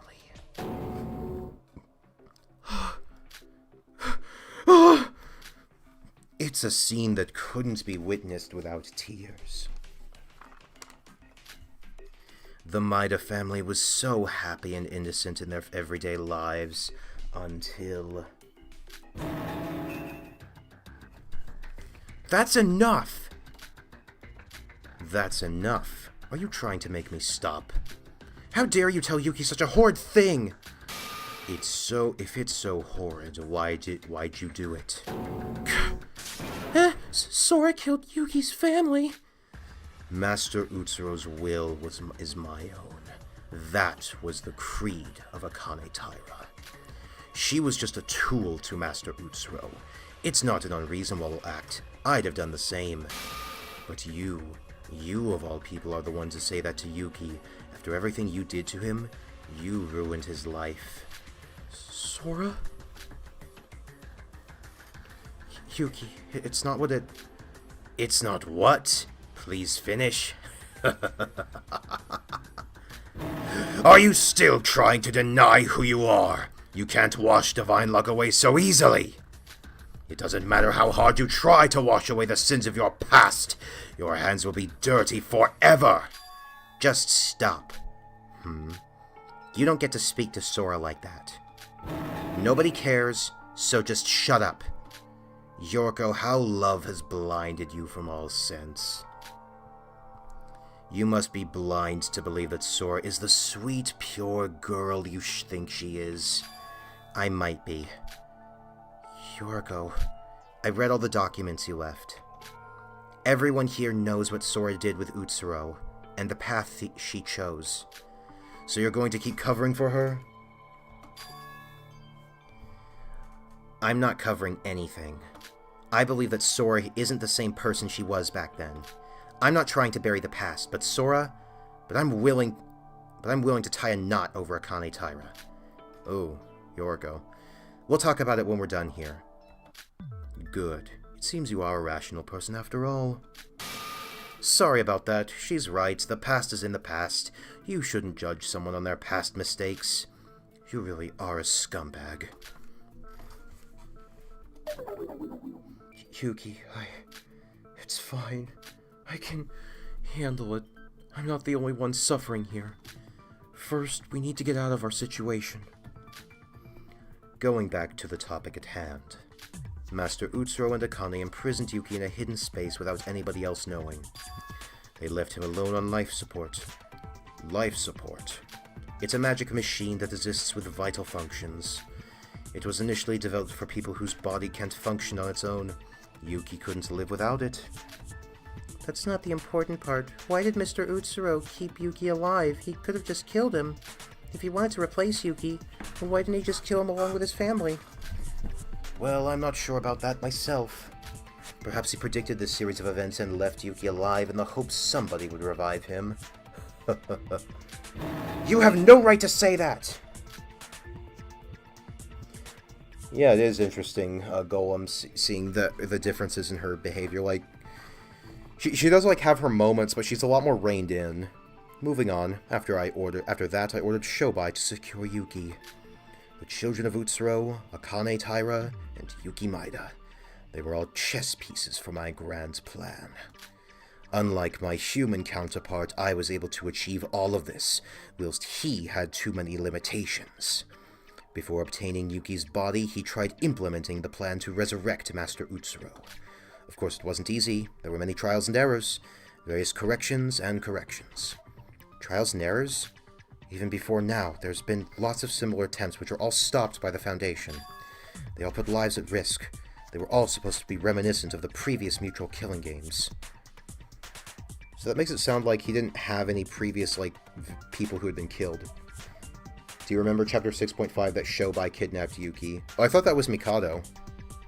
But yeah, that makes sense now. Killing games. Why were they all killing games? Why would anyone do something as terrible as a killing game? Why is Mikado so obsessed with killing games? It's got to be because of that.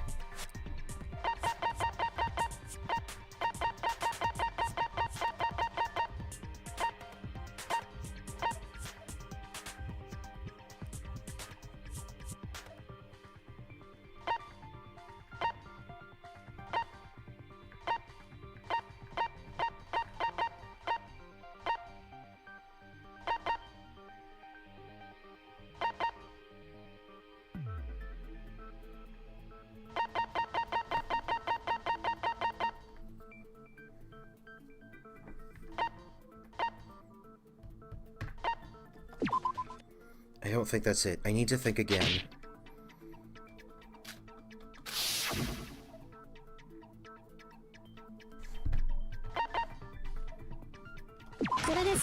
Got it. It had to be a killing game to make sure you had the same experience Utsuro had. That's the reason. Correct. The last experience of Master Utsuro's entire life was his 79th class killing school life. To synchronize the structure of Yuki's brain with Master Utsuro's, they must go through similar experiences. Yes, they have, Raviner. That was the first thing they talked about. Experience is important. It's not just about overwriting the brain data. No matter how much data is added to your memory, it would always be someone remembering an event they didn't experience themselves. So I wonder if that's to... I wonder if,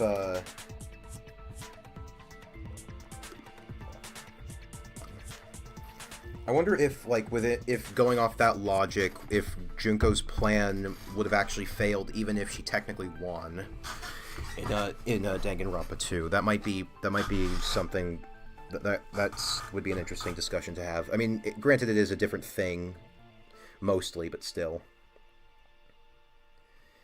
Memory, data, experience. Oh, hell. Oh, it's all coming back.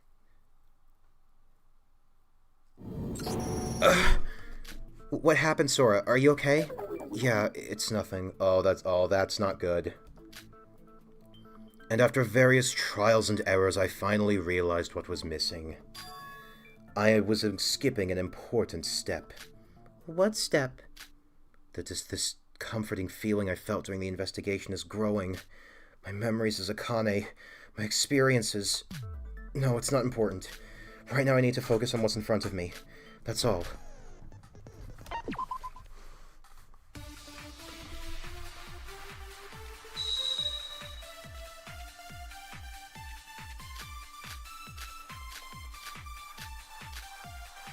Untranslated bullet again, yay.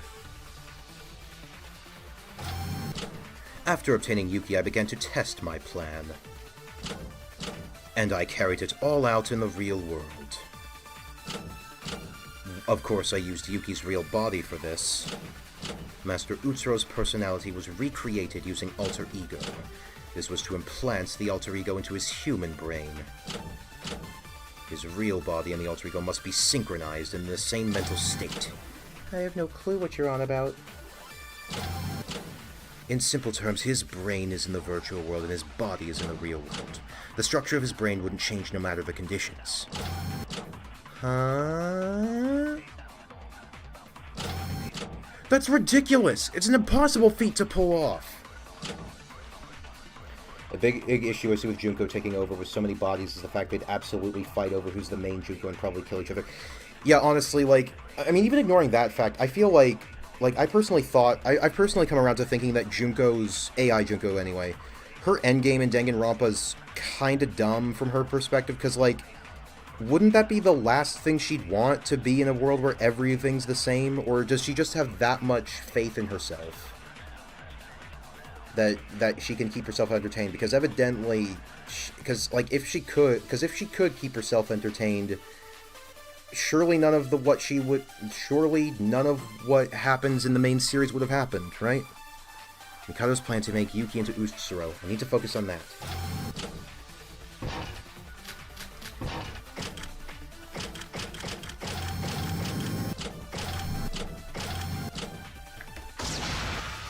No, that's wrong.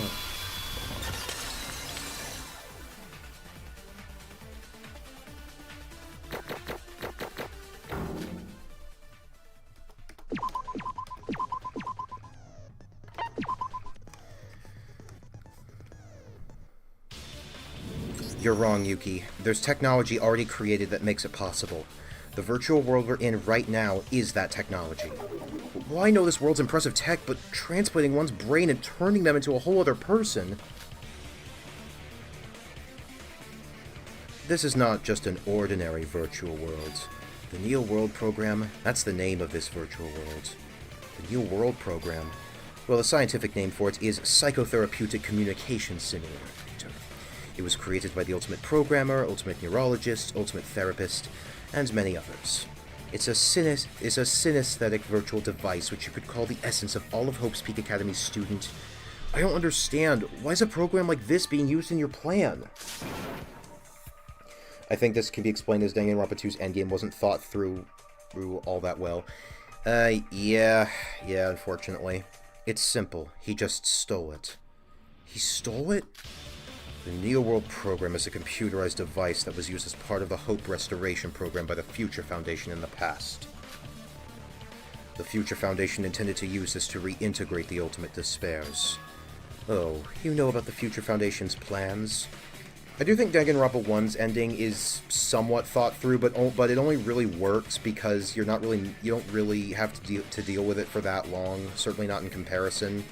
And at the same time, it wasn't written with, like, a definitive conclusion in mind, so it could afford to just punt all that, to just move all that onto any potential sequels or fanfics. That's quite confidential information. How do you know about that, Tsurugi? Any reason I should tell you? Future Foundation, Hope Restoration Program, Ultimate Despairs, Psycho Mantis. I have no idea what you're talking about. It's not important right now. It happened a long time ago. Do what you want because a pirate is free. You are a pirate. The important thing is that it's possible to replace memories of people inside the Neo World Program. What are you talking about? What are you talking about now? Ray, are you talking about the personality override? Personality override? Monochrome mentioned it before. Junko Enoshima tried to override her personality onto people. Ugh. No, it's completely ridiculous. To override someone's personality can't be possible. It might sound made up, but it's been scientifically proven that synesthesia affects the brain. Mikado Sonoji is trying to use this to overwrite Yuki's brain with Utsuro's personality. That's nonsense! It's easy to explain, but not that simple to put into action. Many prerequisites are required in order for the personality overwrite to work. You need perfect brain coordination. Brain coordination? Is that why you did the Killing Game reenactment? That's correct. I needed to mimic the events that happened in reality. So I prepared a killing game based within the Neo World program. And that's the killing school trip you're in right now. In fact, Sora, who's experienced both the killing school trip and the 79th class killing game, should recognize this. That the killing school trip was unnatural and flowed similarly to the 79th class killing game. Absolutely not, Golem. Additionally, making the stage of the game in the virtual world worked to tremendous merit. Naturally, the restrictions I needed to use show-by for were decreased significantly. The story setting is something so important to the killing game, recreation was finally achievable. Story setting? The 79th class killing game Master Utsuro was in wasn't a killing game between ordinary students. It was a killing game between ultimate students. That's right. In order for a perfect recreation, Yuki himself had to believe he was a student at Hope's Peak Academy. Due to the setting of this story, the characters had to be ultimate students. Wait, that's a contradiction. We're not ultimate students. Teria said Hope's Peak was shut down a long time ago.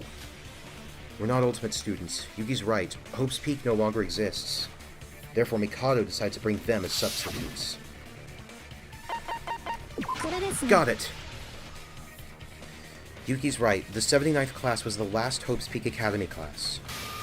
That's why Mikado used Next Generation Symbols of Hope instead of Ultimate Students. Next Generation Symbols of Hope? What's that? The Next Gen Symbols of Hope is a term used to describe the people who contributed greatly to society's restoration work. It's not an official title, but it's a common term used by the general public. It was spread widely through the use of social media and the internet. But their talent is real. In fact, the idea of universalism of a Hope's Peak Academy spreads like a wildfire in this country. Even if you're not a Hope's Peak student, you can still be talented. The Next Generation Symbols of Hope prove this. The talent that was hidden because of Hope's Peak Academy began to reignite due to the lack of ultimates. So, is Yoriko a symbol of hope? Well, yeah, I wasn't aware that I was, but apparently so. The Next Generation Symbols of Hope were kidnapped for the plan. Yuri Kagarin, Setsuka Chiabukuro, the Otonokoji twins, Shinji Kasai, and Yoriko Kabuya. Those 6 people. We needed others besides the Voids for the plan. Strictly speaking, my mother Kokoro also had talents comparable to be called a symbol of hope. However, because she remained hidden to perform her secret experiments, it would have been difficult for her to be recognized as a next-gen symbol of hope. Survivors. We have a Void, Next Gen Hope, and the 4 main characters from DRA2. Gives us a rep of every group. Yeah, it's really interesting. Just a very interesting combination. Yuki, why are you staring at me? It's nothing, but the list you mentioned of the Next Gen Symbols of Hope. They were adults, not students. So how old actually are you? Yoriko is enough! Why is my age that important? Wait, I was just curious, and if all the Next Generation Symbols of Hope are adults, how would they replace the ultimate students? So that's why they manipulated our memories. Yeah, I certainly think so. Like, everyone's been forced to have some, like, story relevance by this point. And everyone has clear dynamics with each other, whether that's Iroha being the last remaining Void, who pretty much no one likes at this point, or Yoriko being like being a next-gen symbol of hope, and the one sane person in all of this. You're right, Yuki. The body we had during the killing game is an avatar created by the virtual world itself. That's why our memories and physical appearance are back to how we looked in high school. If it took place in the real world, it would have been impossible to pull off such a feat. Ultimate students are not just their talent, you know. Their age is important too. But since we're in a virtual world, it was possible to manipulate everyone's memory, and even make their appearance change to recreate the killing game perfectly. Hold on, that's not all. I know the Next Generation Symbols of Hope, including myself, had the status of being talented, but Mikado, out of the 6 people you mentioned, there's one with a special talent. Out of the 6 symbols of hope, who's got a special talent? It's gotta be...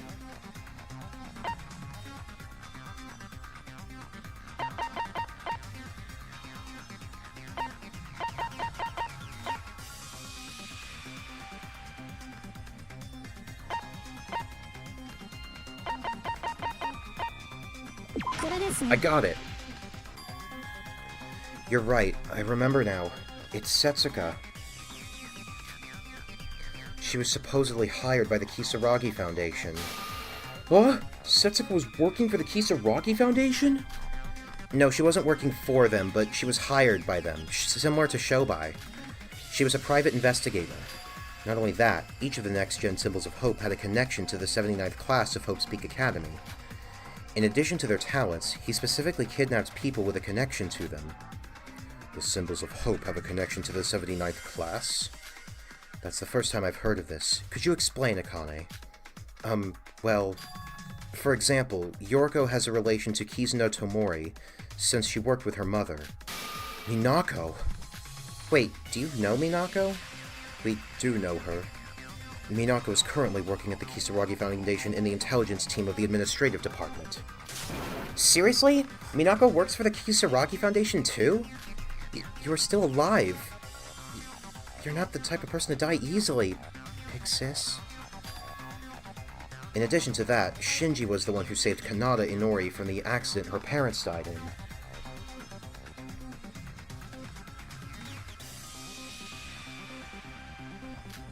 Yuri hired me as a maid on a business trip when he was just a child. Yes, I recall hearing that before. Hibiki Otonokoji and Kanade Otonokoji, the twin sisters from the famous band Melody Rhythm. There were multiple accounts of disappearances of people close to them. Although they were both found innocent, they were still questioned often. About that, I wouldn't say one of them was innocent. She was a serial killer with over 60 kills. 60? I knew it was too suspicious. How come there was no evidence left at the crime scenes? Guess you're a little incompetent. No, Kanade's just bullshit. We can't arrest people if there's no evidence. That's the law of this country.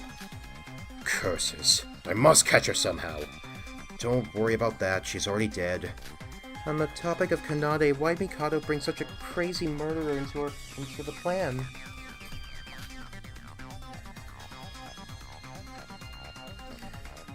Lanuge said if Monocro didn't allow double blackened murders, Kanade would team up with us to defeat Mikado. Just imagine that. Huh. Yeah, that would be something. I mean, presumably she would only do that because it benefits her. Oh, that. There isn't really a reason for it. I didn't even know about Kanade's crimes. You didn't know? Bullshit! If you're able to use information from the entire internet, surely you'd find some info on her. You think I'm lying? I only brought the twins here because they were interrogated by Tsurugi himself. Of course, I did suspect something was wrong, since the police were constantly questioning the both of them. Even my internet searching wasn't perfect. I could probably have found it if I really tried. But it wasn't important to me. I would never have imagined that a famous guitarist would be a serial killer. There's nothing better than some shocking twists to make the killing school trip more exciting, right? Actually, I was a bit worried by her sudden murder, but that little crack didn't affect the plan too much. So, you're scared of her. What was that? Ah, nothing. You wanted a connection with the 79th class of Hope's Peak, so that's why you were looking for Ryotaro. Is that why you chose Setsuka Chiabukuro? Because she was hired by the Kisaragi Foundation, that foundation is run by the 79th class. Well, strictly speaking, in Setsuka's case, the timing just happened to conveniently overlap. The Kisaragi Foundation asked her to find Mikado and the others, so she approached us on her own. Unfortunately, she wasn't a capable investigator or detective, so she was easily caught. She became a next-generation symbol of hope due to the power of her eye transplant. She was easily captured by Shobai, who turned the tables on her. Setsuka met the conditions for the killing game, and she was a symbol of hope. Tsurugi probably couldn't catch Kanade because of the lack of evidence. Also, he's bullshitting here. He totally knew. Yeah, I guess so. Mikado was acting in Chapter 3 in my interpretation. Oh, I see. Oh yeah, because, like, I mean, granted, I guess you could justify you could steer the like, whole, oh, Kanade, if you were one of my voids either way. But, yeah, I can see that. And she accidentally fell into Mikado's hands because of the Kisaragi Foundation's request. But isn't Yuri's case a little different? I don't think so.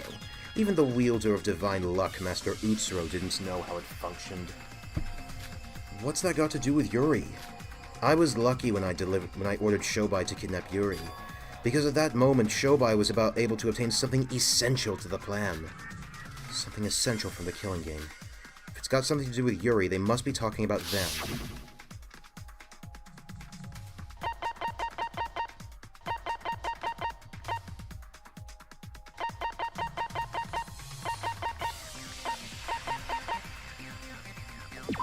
I got it!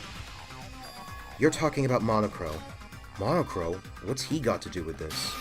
The AI used for spaceflight support developed by the Kagura Corporation, ironically named Yuri. That's the true identity of Monocro. Huh? The Kagura Corporation made Monocro?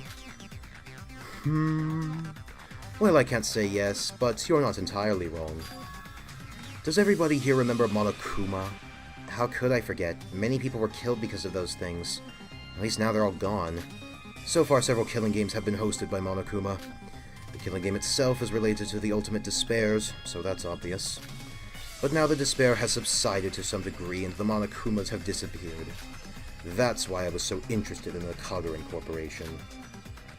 But why was it necessary? If you're planning to stage the killing game inside the virtual world, you could just create your own host character. No matter how incredible I am as an alter ego, it's not that easy to create AI from scratch. It's possible if you invested a lot of time into it, but I needed to use the AI as soon as possible. I was running out of time during the prep process, so it was the more efficient option. So, what exactly did you do? I'll explain that later. In any case, if I already have a high-performance AI that was made by the Kagura Corporation, it would make things much simpler. By resetting its memory and manipulating the AI personality data, I was able to make Monocro similar to Monokuma. So, Yuri has nothing to do with the existence of Monocro? Yeah, that is interesting. Just the... Like, granted, most people would probably say that, like, every Fangan mascot is just a knockoff Monokuma, and so SDRI2 decided to lean into that. So is that all? Or is there something else? That's it. No, it was just an AI stolen and modified to be used as the killing game's host. Being a host gives you the same authority as me inside the Neo World program, so I couldn't just let it roam around freely. But now the killing game is over, and Monocro is gone. But now that I know the Kisaragi Foundation hired Setsuka, one thing worries me. You also said the Foundation hired Shobai as a double agent, right? Why hire Setsuka, if Shobai was already providing you with information? It's quite the opposite, Yuki Maeda. Huh? Earlier when I explained Setsuka, you said it was Shobai who captured her, correct? Had I hired both of them at the same time, that wouldn't have happened. So you're saying that... Yes, I hired Setsuka before Shobai. And the moment she was caught, I then discovered the existence of Shobai Hashimoto. I was the first to suggest hiring an investigator. To be more precise, we the intelligence team decided to hire her and the other branches approved of it. Setsuka's hiring was known to the entire Foundation compared to Shobai. Yes, it didn't take long to find her whereabouts. But by the time the rescue was planned, there was nothing I could do. The Foundation had no other choice. That's why I decided to cover up Setsuka's disappearance. In order to hide your deal with Shobai? Setsuka always reported her investigations to me. In her last communication with me before she arrived, I felt a sense of incongruity. And the moment she was captured, I noticed that the person I was chasing was a different person entirely to Mikado Sonoji. After hiding the information I obtained, I secretly met with Shobai Hashimoto. Imagine if many being much older and take ultimates through talents. Teens could never have, like, astronaut, psychology, billiards, firefighter, broker, and hostess.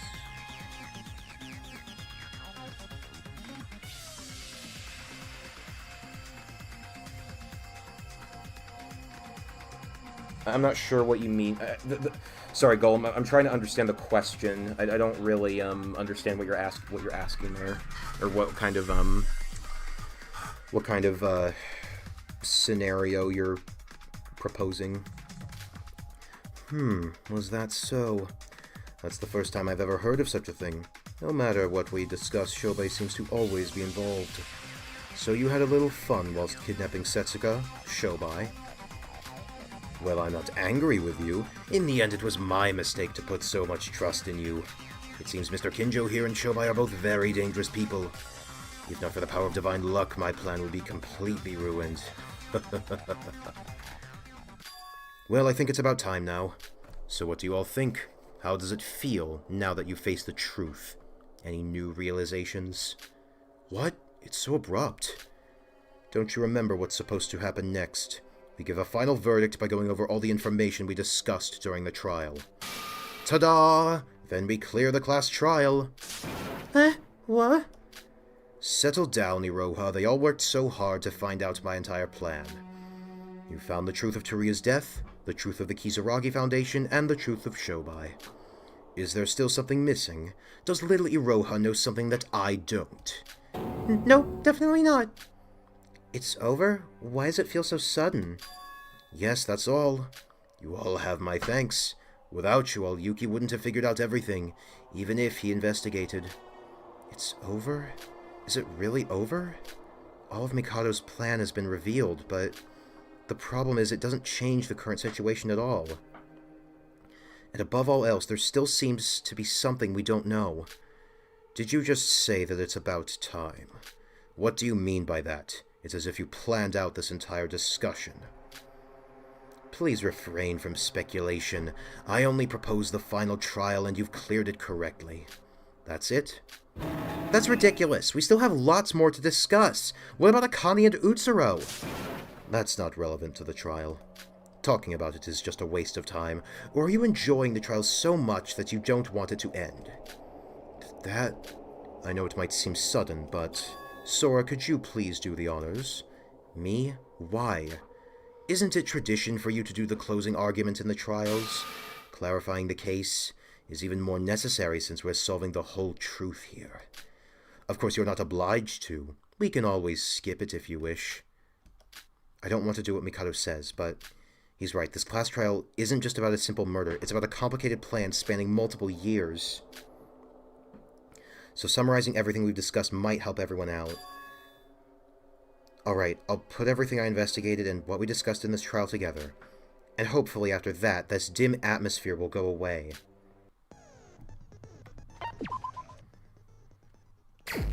Still under 2 hours.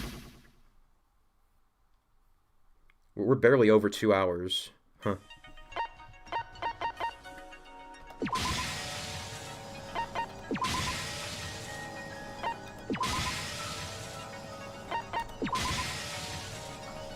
Wait.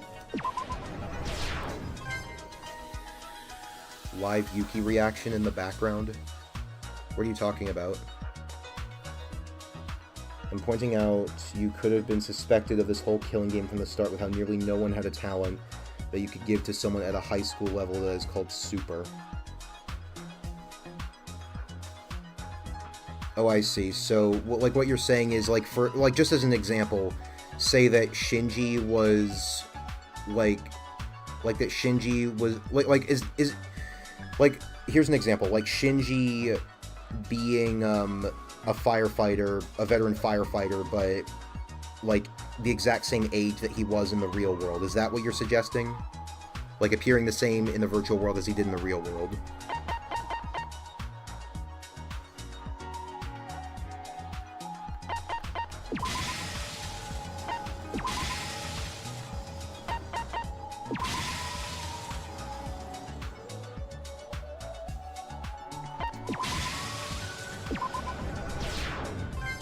Yuki's catatonic body in the back is what I was referencing. Oh. Yeah.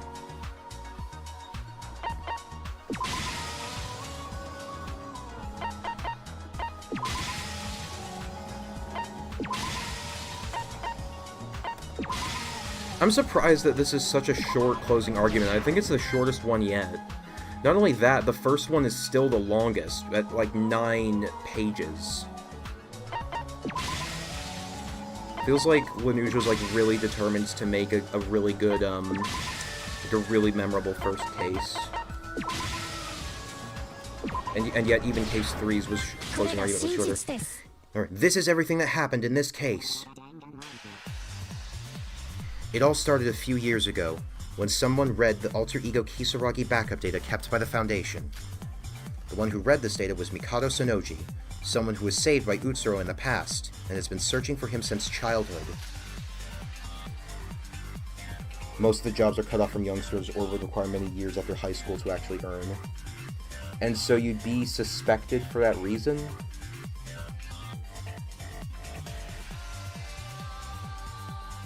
Why would you be suspected for that reason, though?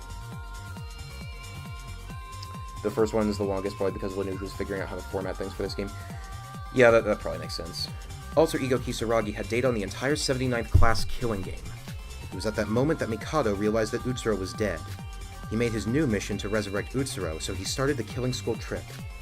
Usually, reviving the dead is impossible, but Mikado used his hacking expertise and collected information about Utsuro and devised a plan to use that knowledge.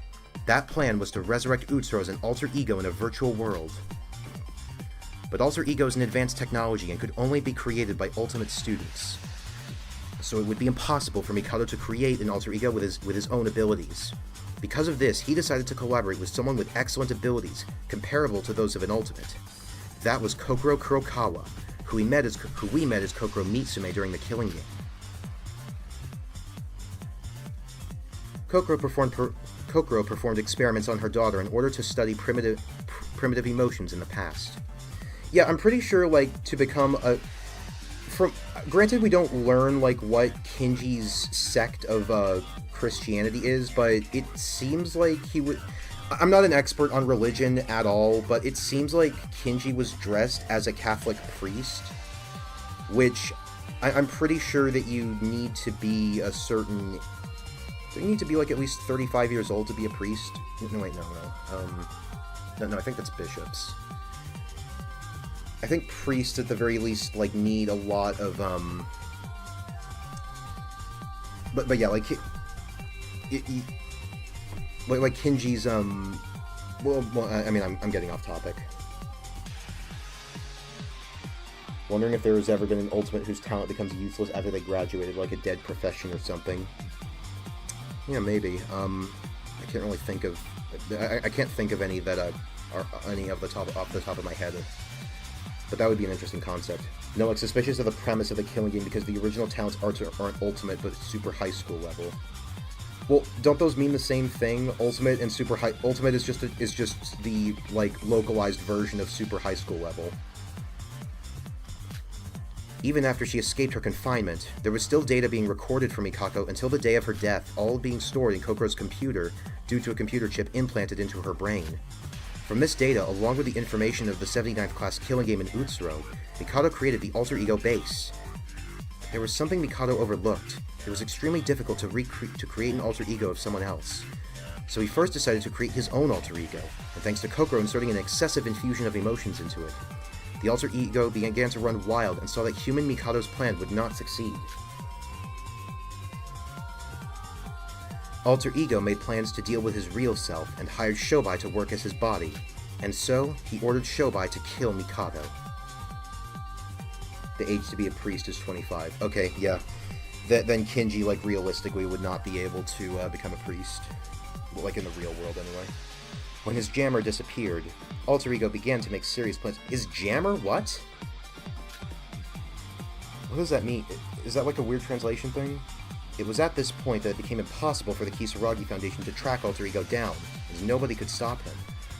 Alter Ego searched networks from all around the world and collected a large amount of information to help with his plans.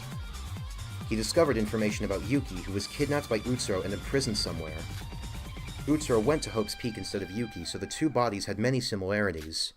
That's why he kidnapped Yuki, who was currently on life support, and attempted to resurrect Utsuro using his body. Also, Yuki's looking pretty unkempt in there. I think the problem is I'm just not quite understanding what you're getting at. The premise of the killing game is because the original towns aren't ultimate but super high school level. I'm sorry. Yeah, I'm sorry, Golem. I'm just not quite understanding what you're after. Who's the one in the middle? Is that supposed? Who's the one that is covered up? Is that Akane? In order for Yuki to become Utsuro, Alter Ego created a plan to synchronize Yuki's brain. The plan was for Yuki to have a similar experience to the one Utsuro had, specifically to recreate the 79th class killing game and infuse Yuki with that experience. And for that, he needed students to participate in the killing game. Furthermore, to maximize the power of divine luck, Alter Ego brought together people who gained fortune from divine luck. The Children of Utsuro, C0, also known as Void. Oh, Yuki and Akane. Even if the plans were made, it still wasn't an easy process to bring Utsuro back to life. After lots of trial and error, Alter Ego finally came to the conclusion that he had to use a virtual world. To do this, he stole the Neo World program from the Future Foundation. He modified the already created virtual world and turned it into Utsuroshima, the perfect setting for an Alter Ego. With the stage set, Alter Ego began gathering the remaining participants. All the participants had something in common. They were all seen as symbols of hope, and they had to have some connection to the 79th class of Hope's Peak Academy. In the virtual world, everyone's bodies and memories were manipulated so they believed they were Hope's Peak freshmen. I assume we're close, considering we're at the closing argument. And with this, the recreation of the 79th class killing game began, and we, who knew nothing about this, began to doubt and ultimately kill each other. Thanks to the efforts of Void and the power of divine luck, the plan went smoothly. All controlled by the will of an Alter Ego.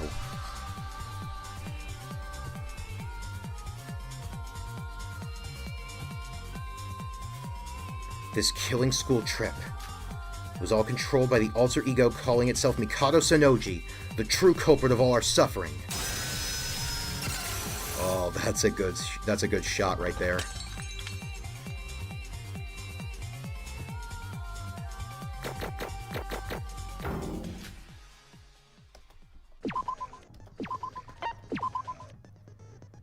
I'm gonna see if we can get to the intermission. Brilliant. Perfecto. There truly is nobody who can compare to our dear Sora. Shit. We were supposed to figure a way out whilst pretending to go along with Mikado's plan. But the trial's over and I still don't have a clue. I wonder what he's going to do to us after all this. He said he wouldn't harm us, but we don't have any guarantee that's true. What's going to happen now? Is the trial really over? I still don't get it. What does uncovering the truth change for us? It's important to face the truth, Yuki. Although, as you said yourself, it doesn't seem important at first glance. But it's not the content that matters, but the step itself. I do think that, like, having this final trial is, like, part of the essential thing of, Mikado's plan. I think that's why he's doing this.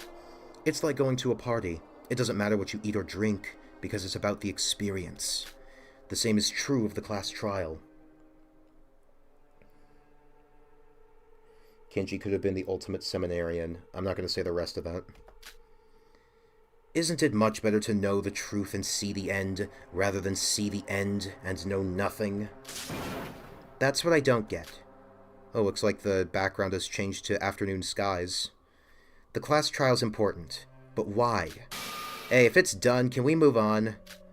Move on? What are you talking about? That's right. However, don't rush the story. Our sunset will soon arrive.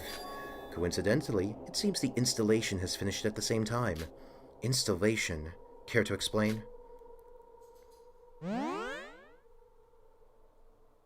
Huh. Is this the graduate/repeat thing? Something just appeared in the air. What is this? The wait is now over. From now on, the final stage of the killing school trip begins. It's graduation time! Graduation? For all of you who have discovered the truth and cleared the class trial, I need one last thing from you. Is Shobai in the trial? Yes, he is. He just hasn't talked very much. A pop-up should have appeared before you all with a hologram dialogue box. Please take a look. Graduation or repeat? What is this? Yes, I'll explain it to you all. This is the final step of the killing school trip, but it is a choice. I don't have a say in this. If you choose graduate, the killing school trip will end, and you'll all return to the real world. However, if you choose repeat, the killing school trip will go on forever, and you'll all remain in the virtual world. What? You're confused? But it's simple. Then, are you asking us to choose one of them? Yes. Yuki, I've also set the hologram window to your place. Just select it from there. That's not the point. Just what is it? Graduation and repeat. What does it all mean? I think I need more character space to say my full thoughts than I think the YouTube chat allows me. Thoughts on... Yeah, probably. Just leave it in a comment on the VOD when the stream is over. Weren't you trying to revive Utsuro by putting him inside my body? But if we're forced to choose, isn't graduate the best option? Yes, then go ahead and choose graduation. If somebody wishes to stay in the virtual world, you can simply select repeat. Why would anyone want to stay? Let's just graduate. Wait, this is way too suspicious. Mikado's not the type of person to just let us leave that easily. Even if you promise we won't get hurt and that you'd let us return to the real world safely, letting us go won't help to revive from Utsuro. I agree. What? Everyone must choose repeat. This is a trap. A trap? What do you mean? Class trials, graduation, or repeat. Personality override. It's all manipulation to achieve your goal. Yes, this is the only way. Tsurugi, you never explained exactly what Mikado was trying to achieve. I'll do it now. Mikado Sonoji, that damn bastard, is trying to follow Junko Enoshima's plan. Junko Enoshima's plan? Junko Enoshima's plan. You're talking about a plan for Junko Land, right? Yes, I read the top-secret files from the Future Foundation, and there I learned that this so-called graduation exam is actually a personality override. What does graduating and repeating have to do with overriding someone's personality? The Neo World program isn't just a virtual world made for enjoyment or personal use. As I said before, it was created for the purpose of the Hope Restoration program. The Neo World program is capable of replacing memories. In the past, the people who were put in the Neo World program were infected with an irreversible despair. It made them live a happy daily life and turned those virtual memories into real ones. Yeah, it does sound very goofy. This moment, I feel, is very reliant on having played Danganronpa 2. Especially since they don't really complain... They don't really explain it that well, honestly. Like, say what you will about Danganronpa 2's ending, and I certainly will, but it at least it lays out very clearly what's going to happen. Here it's a little... Here I feel like it's a little less clear. To replace real-world memories with fake virtual ones. It's done by overriding data from the virtual world into a person's real life brain in reality. So if we select graduate and return to the real world, that means that everyone's data from our avatars will be uploaded into the real world. Huh? So, it's really a trap. Well, it's true that if we go back to reality, our memories from the virtual world remain. So I don't really get how it's a trap. To be fair, if you're playing a fan game, you've played the main games before. Most likely, yes, but, like, technically, like... I understand. I mean, yeah, I do understand that, but, like, I don't think it would take that much explanation. Like just a few more text boxes, but whatever. That itself is the trap. When the avatar data overrides the brain in the real world, those without avatars have no data to transfer to their brain. Those without avatars? You mean... the deceased. The victims of this killing game. It's still sad, but it makes sense. If you die in the virtual world, you die in the real one too. And if you lose the duel, you lose your soul. I know that, like, it's highly unlikely that someone would find a fan game or fan project without seeing the main series stuff first, but it has happened before. Like, someone has found, at least one person has found my videos which talk pretty much exclusively about the fan gans without covering the main series. I'm not saying like no, don't get me wrong. Like, it is definitely like it's a valid point. But yeah, overall execution, same idea, better execution, slightly worse explanation. But wouldn't overriding a dead person's brain just do nothing? What if I told you it does do something? What? Our avatars are basically a direct line to our brains in the real world. As long as your avatar is alive, even admins can't manipulate the original owner's identity. However, if someone's avatar disappears and the brain that was supposed to transfer to the owner's brain disappears, it works differently. In that case, the administrator can modify and change the data as they wish, and you can override someone's brain in the real world. That means, yes, Junko Enoshima used this and created a killing game in order to kill the avatars in the Neo World program. And instead of inserting the data from the deceased avatars, she wanted to put her own alter ego inside of their brains. Fortunately, her plan failed. But what would have happened if it succeeded? The brains of the deceased people. Junko Enoshima tried to override them. In other words, the personality of the original owner of the body would disappear and be replaced with Junko Enoshima's? What? A lot of streamers players got into DRA first because the canon series were not that well known and restricted from streaming in the early 2010s in Korea. Oh, interesting. So Lanuja's work basically became, like, a lot of people's first introductions to Danganronpa? Well, she was going to take every body, but she wasn't going to be able to take those of the people who were still alive. She would have only had 11.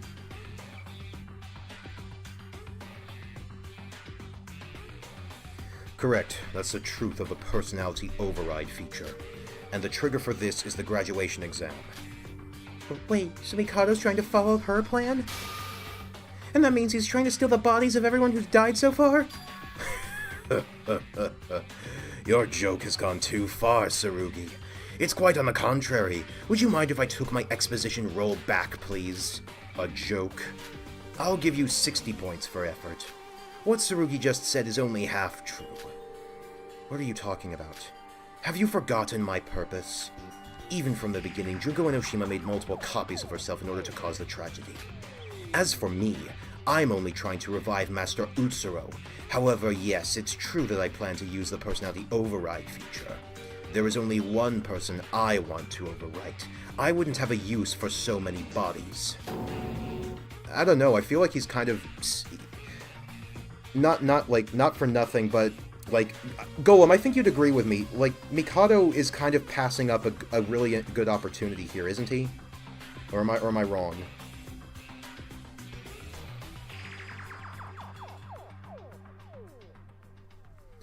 That means, even if I selected Graduate, my body would get stolen. Don't worry, Yuki. That's not going to happen. I won't let it happen. God, so we really are in a situation where Tsurugi, Sora, and Yuki are all in lose-lose. And Iroha, to be honest. Tsurugi. The solution is simple. The graduation system is only activated when over half the students select graduation or repeat. The host Mikado doesn't get to vote, meaning that excluding him, the majority vote is 7. So if 4 more people vote repeat, the personality override won't occur. It's rather unusual he decided to have 2 people rejoin the game. 2 people rejoin the game with so few people left. But such is the case when you decide to have a double rejoin with the Edge of Extinction, with a fucking Edge of Extinction twist.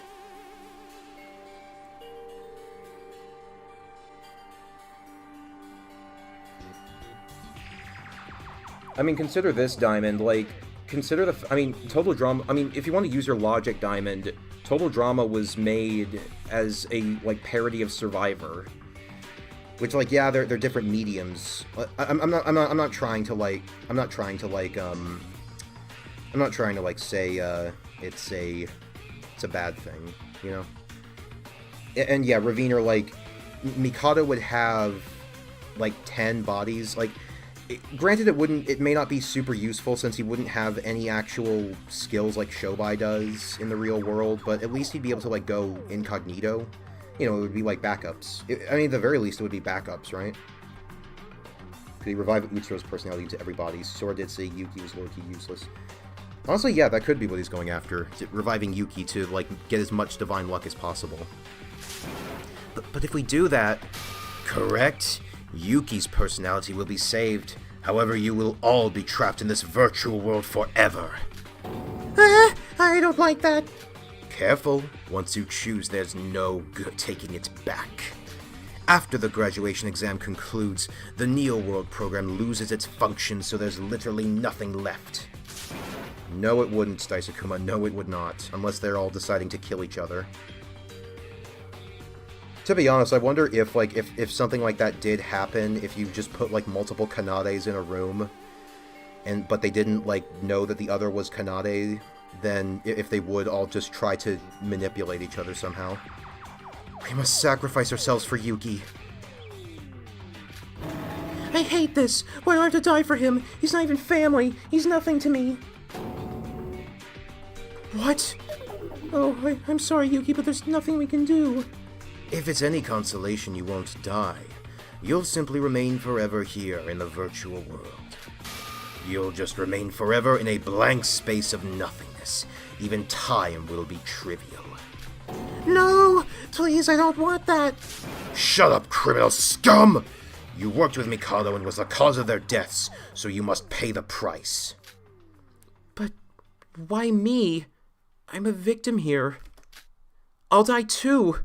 Are you really okay with that? Yorko, you're going to abandon me too? I didn't say that. It's just... This isn't just to save Yuki. You have to think about the big picture. Think about it. If we choose graduate, Utsuro will be resurrected. He has divine luck, a cursed power that shouldn't be allowed to exist in this world. It causes suffering for too many people. That thing should never come back. Even if it costs me my life, I'll end that goddamned luck. Have you abandoned saving Yuki in order to prevent my master's resurrection? And on top of that, you're going to abandon the 8 people here for the greater good of the world? Rei, you should know what would happen if he came back. If he gets resurrected here. I know. I'm already prepared to give my life. But will we be able to persuade the rest? Please, there has to be another way. Sora! I'll also tell you this. It's not just Yuki who will disappear when you graduate. Someone else will too. Sora. What? In reality, Sora is, or rather Akane Taira, is brain dead. Iroha is a case that for me, no character development is a positive. The change of opinion the average player will have on her throughout the game is wonderful to watch. Yeah, I mean, like, you don't necessarily have to have characters don't necessarily have to develop. Like, their development can be static in the sense that they're rewarded for what they're for just, you know, holding on to their beliefs. I mean, I've seen a few. I can't really think of many good examples, but I've seen like ideas of it. Like, to be honest, like to be honest, the Golden Idol games kind of have some examples of that. She's only able to physically be here because it's a virtual world, the only place she can act as herself. Even if her avatar exists, the place her data is supposed to be stored in doesn't exist. Why's that? When this virtual world disappears, the person known as Sora will as well. Oh, that's right. Her brain's in a vegetable state. You don't have to worry about me. The only thing that matters is protecting Yuki. Sora, what should I do? Now I know my life is meaningless. I was prepared to sacrifice myself. When I returned to the real world, for a moment, I saw Utsuro in my blurry consciousness. If I wanted to, I could just drop everything and lay myself to rest. However, I chose to come back here. Now that I think about it, what made me wake up? Why did I come back to this virtual world? To save Yuki. To save everyone. What should I do? I don't know. I can't bring myself to choose either. If we choose graduate, Yuki's personality will die and Utsuro will take over. But the moment we press repeat, we'll all be trapped in this virtual world forever. What a dilemma! There's no time limit, so take as long as you need. Mikado's so calm. Damn it, I can't think of a way out. This graduation exam, it really was checkmate from the moment we stepped foot in the trial grounds. I can't choose either one. If I choose repeat, I could save my own life, but... No, wait. Mikado's purpose is to revive Master Utsuro. Then why? What's that sound? Who just voted? Me, dipshit. Shobai. I want to get this over with quickly. This is honestly just becoming a big waste of my time. So, what did you choose?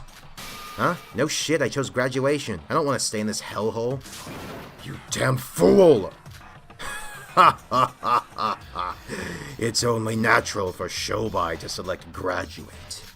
It doesn't matter if this world has divine luck or not, or if Yuki perishes or not. It's simply not his problem. That's... And Iroha's going to select it too. Me too, but... Shouldn't you want to graduate more than anybody else? You want the resurrection of Master Utsuro, or rather you want the protection of divine luck. You should theorize how many people would vote. I'm trying to remember who's here. Just everyone who's... I'm trying to remember all the people who are here. So... I imagine Iroha will vote for graduate. Tsurugi and Rei are going to vote for repeat. Yuki would probably vote for graduate. And I'm guessing that Yoriko and Sora would vote for repeat, or at least find something else. Well, actually, no, they'd probably find some... I don't know what like, the solution here is, but, I feel like it's... I mean, I imagine it's going to be... I imagine it's going to be, I feel like Yoriko and Sora would maybe choose... No, I think they choose repeat for the time being, unless something better comes up. Which, I don't know how this would end, personally. I'm hoping that Lanuge hasn't written himself into a corner. Or are you planning on suffering and selecting repeat? Are you going to stay here until you lose your mind? Or are you ready to make your decision? Yeah, that's right. It's why I joined Void in the first place. Bravo! 2 votes already. 2 more and the graduation process will begin. I also like how the actual voting is being drawn out like this. Like, it's not just an instant, just quickly look at this cutscene of a slot machine or a roulette wheel. Like, we're actually seeing, like, we're actually seeing tension on, like, who's going to be voted for. No! Please, no! No! I wonder what the others will do. You don't even have to ask. Yeah, this is the only way to stop him. Ooh, excellent! 2 people are willing to stay in the Neo World program just to prevent the return of Master Utsuro. So now we have 2 votes for graduation and 2 for repeat. Sora, Yuki, and Yoriko. The rest is up to you. I'm going to be honest, I'm hesitant. I don't want to sacrifice myself for anything. But I don't have the right to sacrifice Sora and Yuki just for my own selfish desires. Am I doing the right thing? No, I can't hesitate. I have to do this. Yoriko. To be honest, I thought it would be harder to convince you. You've changed, Yoriko Kabuya. Oh, I see how it is, Tsurugi. As long as they're criminals, they're scum, but the second they do something to help you, they're fine in your book.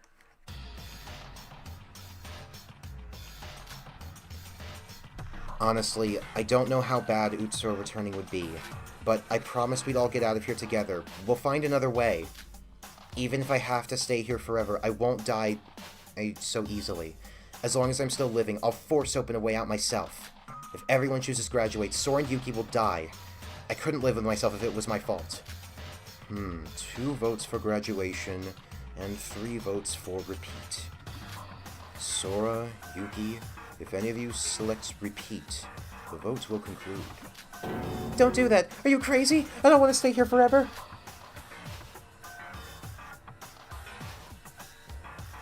Please select graduation! No, don't pressure them, Iroha. If you of all people tell them to graduate, they might do the opposite. they might choose to graduate on their own. That's ridiculous! Graduation is basically suicide for them. They can't choose graduation. That's also true. What? Oh, this really is tense, but will you really choose repeat?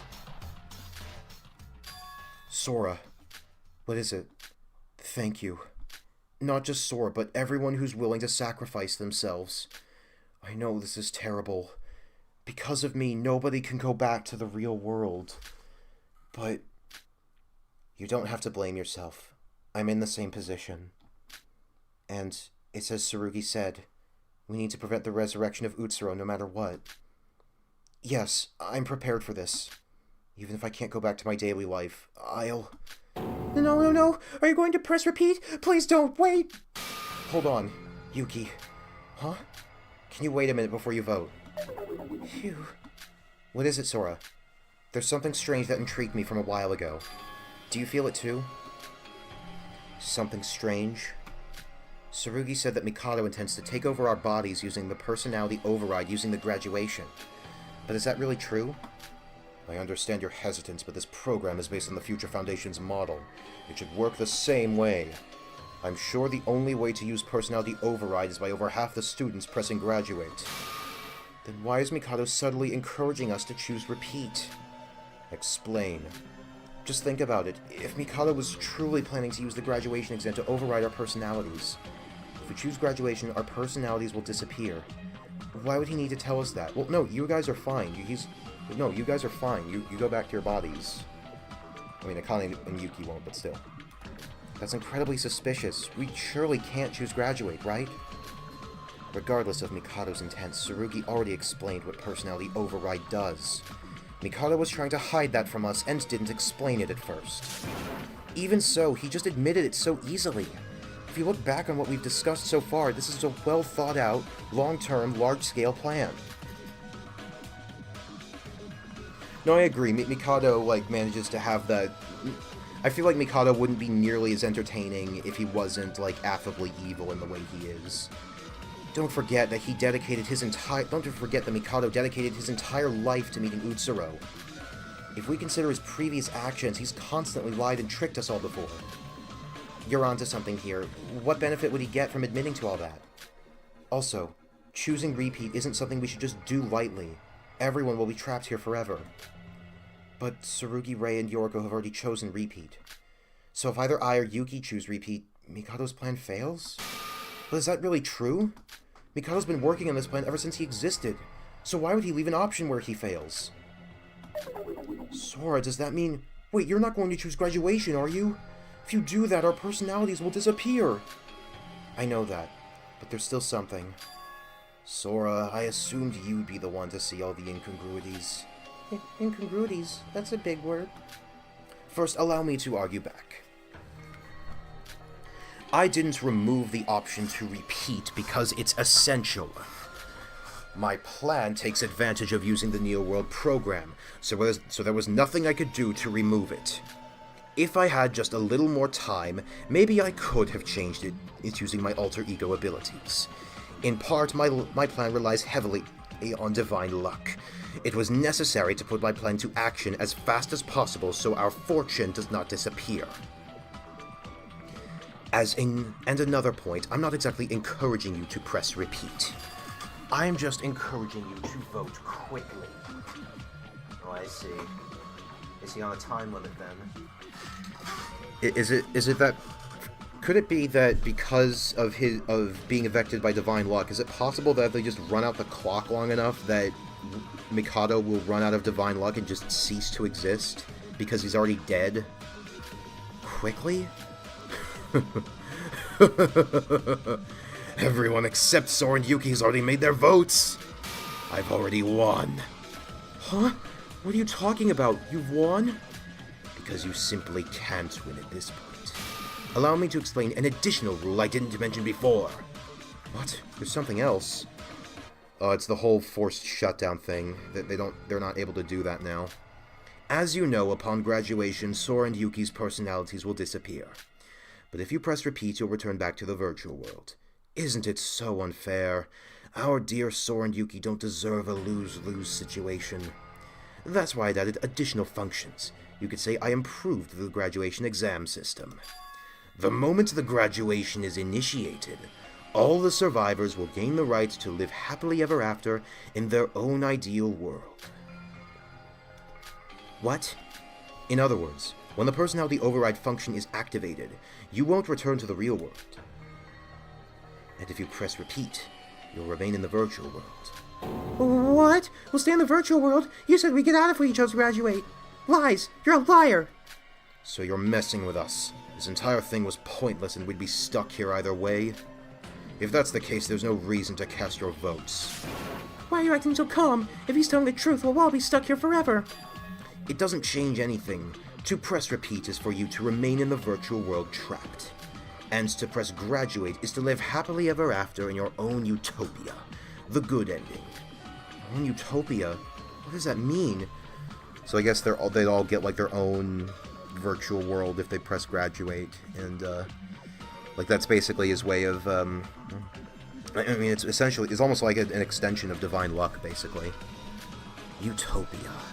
A utopia is a place your heart desires. Instead of going to the real world, you'll go to a personalized paradise inside the Neo World program. It's a world with no pain or suffering, and you'll spend eternity with the people you've longed for the most.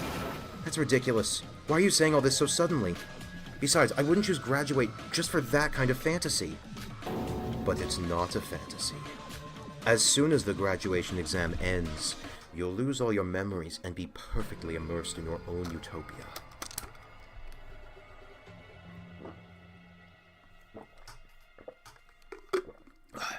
I think there's pretty sure there's a thought experiment just exact like that based. I'm pretty sure that there's a thought experiment that is pretty much exactly like this, except without the it's without the drift in purgatory forever. Instead, the alternative is just living in the real world. You heard me correctly. You won't even remember that it's not real, and you won't be able to doubt it. You just have to sit back and relax in a world you've desired your entire lives. An ideal world? That makes no sense. It makes perfect sense. Yorko, haven't you experienced it before? You never once doubted this place as fantasy when you lost your memory previously. You just accepted it as reality. Because your memories were modified, you never doubted your status as an ultimate student at Hope's Peak.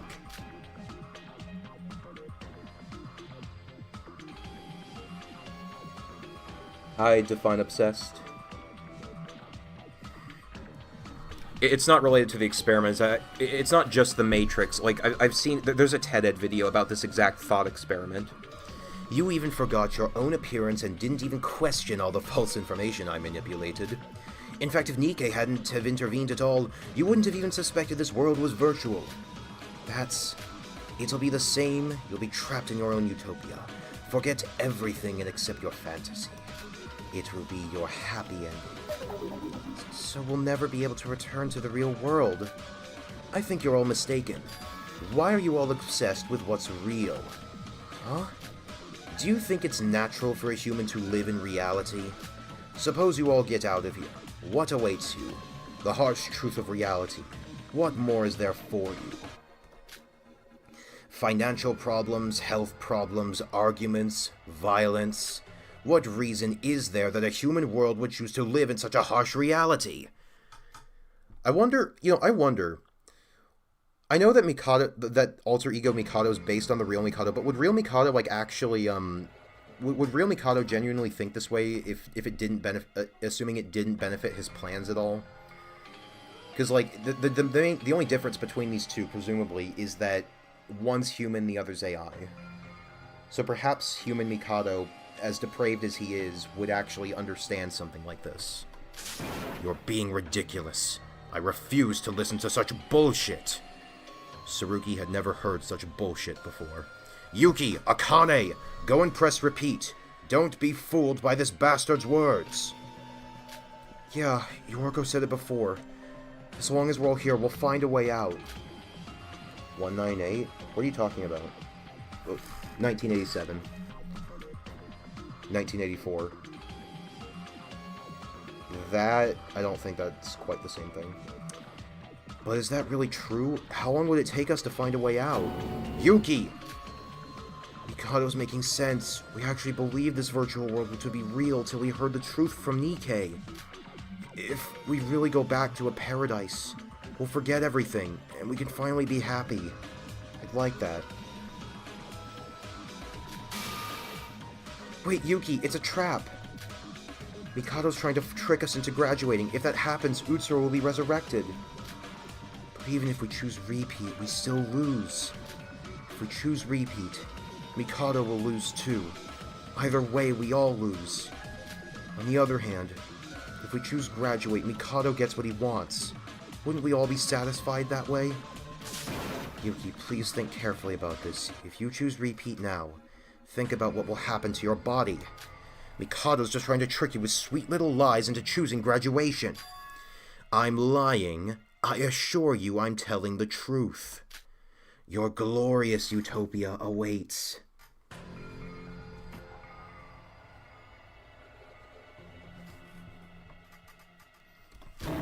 You damn!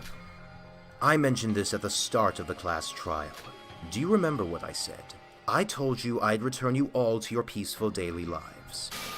No way. What kind of a peaceful life is a utopia? It's the only way for Yuki to be happy. This is the case for the rest of you as well. I'm being serious here. For the rest of us? Yuki, I'll ask you this once just in case. If you select repeat, you'll be stuck here in the virtual world with nothing left, and you're somehow going to try and find a way to escape to the real world. Suppose you do find a way out. What will you do after that? What will I do? Of course I know that doesn't change our situation. We'll still be trapped in the lab with not enough food for all the Foundation agents. It'd be almost impossible to escape. Mikado is Kokichi's prospect D1 liar. And IRL Mikado seemed to have some degree of empathy seeing his interactions with Kokoro. Yeah, he did seem to, I forget exactly what the interactions were like, but he didn't seem completely in agreement with, like, everything she was doing. Like, she seems to, like, actually feel bad for her Mikako. However, the fact still remains. We can't let that monster Utsuro get resurrected. I wasn't asking you. I was asking Yuki. So, sa, dosu. Well, I'd have my body back. And when everything settles down, I could try to return to my daily life. Good. Good.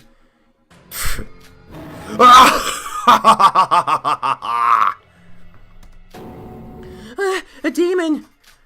Oh dear, I apologize for that. Dear Yuki's so innocent, it's pitiful. What? What do you mean? I'll start with an apology. I'm sorry, Yuki. Even if you leave the virtual world, your plan would be impossible. What?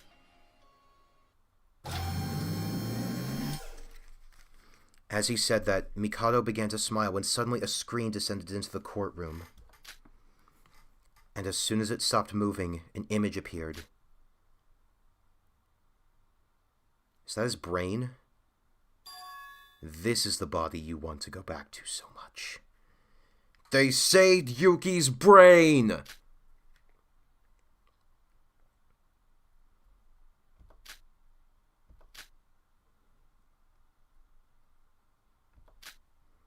Inverse of what Yuki said early in the trial. Huh. What?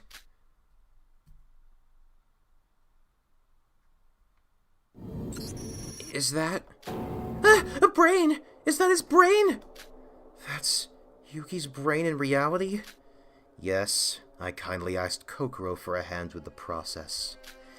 Even though you're just a brain, you're technically still alive. You're not dead, don't worry. Oh my god, that is fucked. That might actually be... I actually think that that might be the most disturbing thing in... Assuming he's not lying. Assuming that, like, all that's left of Yuki is just a brain floating in fluid, in, like, electrified water or something. That might be the most disturbing thing I've seen from either of these games. He's only a brain, but he's alive? Wow, Yuki, there may be a brain in there after all. Theoretically, if a constant supply of nutrients is maintained to a brain, it will be able to function normally. He's able to think, however, he won't be able to see, speak, or even hear. He's barely human at that point. This can't be real! That brain is me? No, I can feel my hands. I can feel my body. Yuki's current body is just an avatar. It's brain-based, so he's able to feel those senses. Yuki's body in the real world, however, is a 1,500-gram chunk of meat. That's bullshit! Yuki, don't listen to him! If I'm lying, how come Tsurugi and Rei weren't able to find his body in the lab?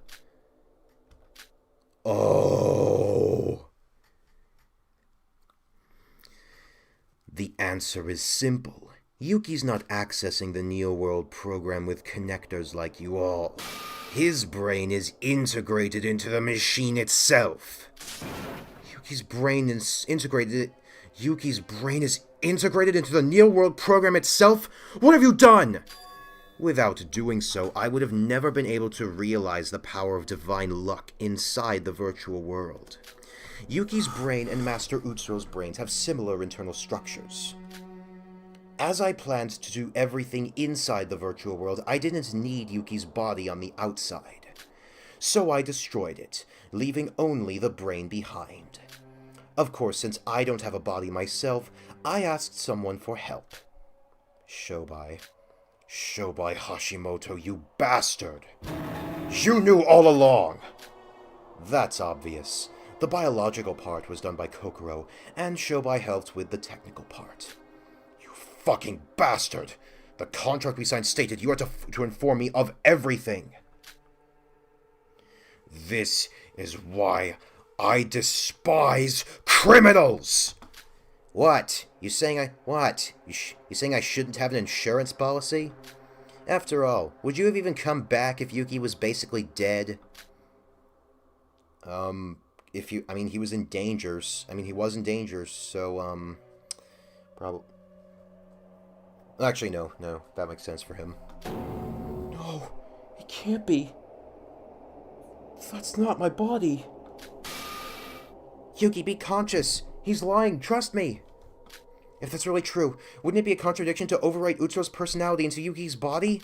Huh? That's right, Mikado's been saying this entire time that Yuki's body is a vessel for Utsuro.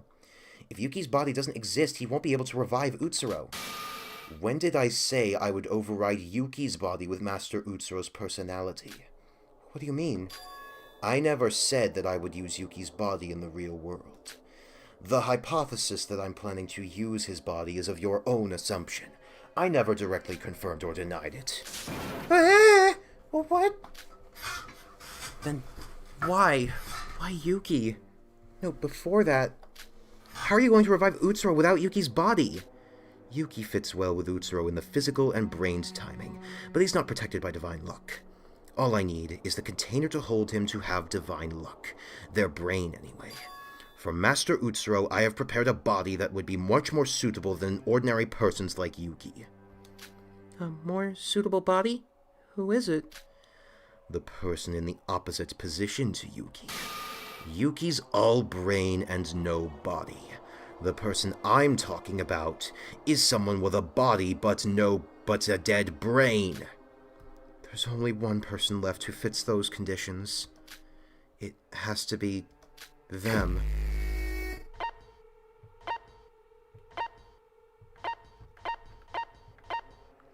Oh, that's strange. The perspective is weird. It makes it look like Iroha and Yoriko are standing in front of Yuki. Could it be? Is it me? You want to put Utsuro's mind into the body of Akane Taira. What? Correct! Didn't I say it before? I don't just want Yuki's body. I want Miss Taira's too. Although brain dead, miraculously, her body, her muscles, her organs, and her nerves are all still functional. Yes, if you replace the software called the brain with a new one, it should be able to function again. Akane Taira was with Utsuro when he died, and was the closest person to him.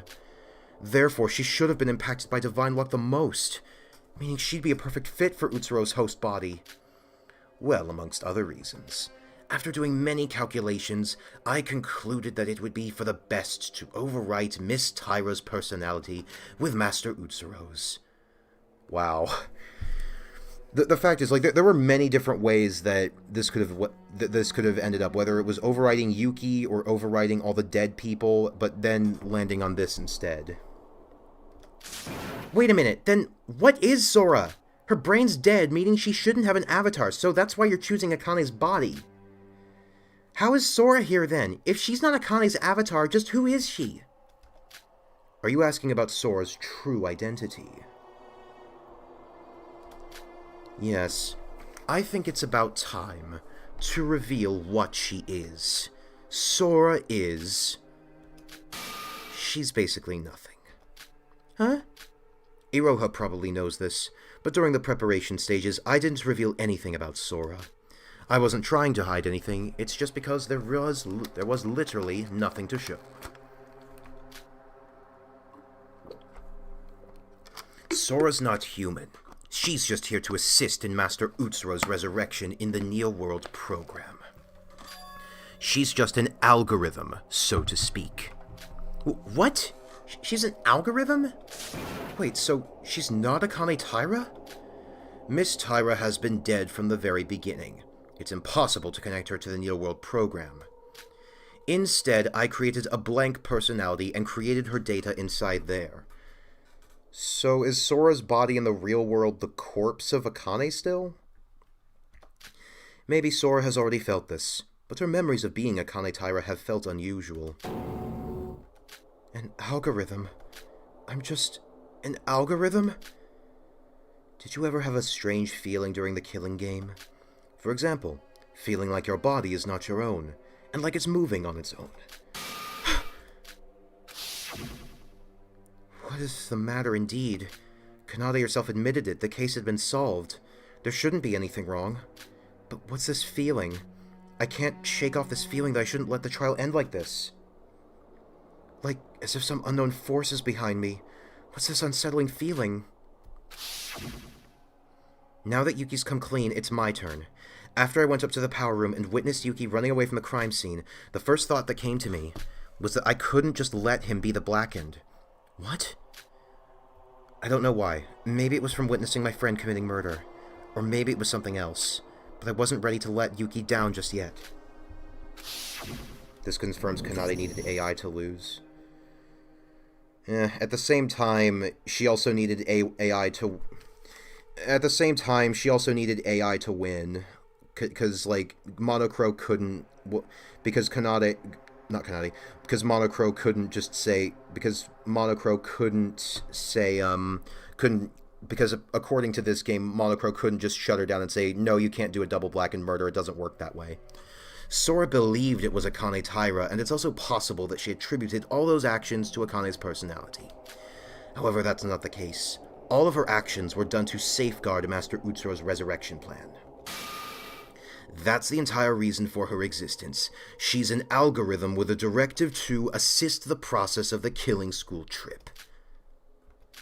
Not a program, not even an alter ego. It's impossible for her to go against her default algorithm. An algorithm that safeguards the killing school trip. That's exactly what Sora is. No, that can't be true. Sora? I don't understand. An algorithm? Isn't that just a program? Please explain. So is Sora an alter ego? Idiotic. She's just an algorithm going by the name of Akane Taira in order to help the plan progress. That's literally all she is. Nothing more, nothing less. The name Sora is just a temporary name that Yuki gave her. It's quite fitting. Calm down. Calm down. Did I know what I was from the start and what I had to do? I expect this. odd memories as a Kane Taira, my entire existence being a mystery. But the fact that I'm not human, I'm just an algorithm to safeguard Master Utsuro's resurrection plan. If that's true, then all programs act using algorithms, and the principle of those are determined by a default value. This body is simply a programmed algorithm. I am just an AI. I have no emotions. Sora and Yuki also weren't close with each other at all, so these moments were specifically designed to make you feel weird. She saves Yuki in the prologue and in Chapter 4 for practically no reason. Yeah. I laugh, act gloomy, get angry, etc. Not because it's how I actually feel, it's because I was programmed this way. Everything I think and feel is fake. This isn't the time to worry. I must concentrate. I must save Yuki. I'm an algorithm called a Kane Taira. I can't go against this, can I? I just have to press fail. Empty. No, everything is empty. I am a Kane Taira. Empty. I am so empty. Empty. Empty. Hey, press repeat. How long are we going to stand here?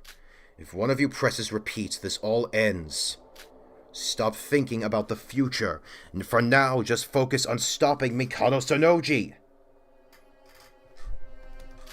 Unfortunately, that's not possible.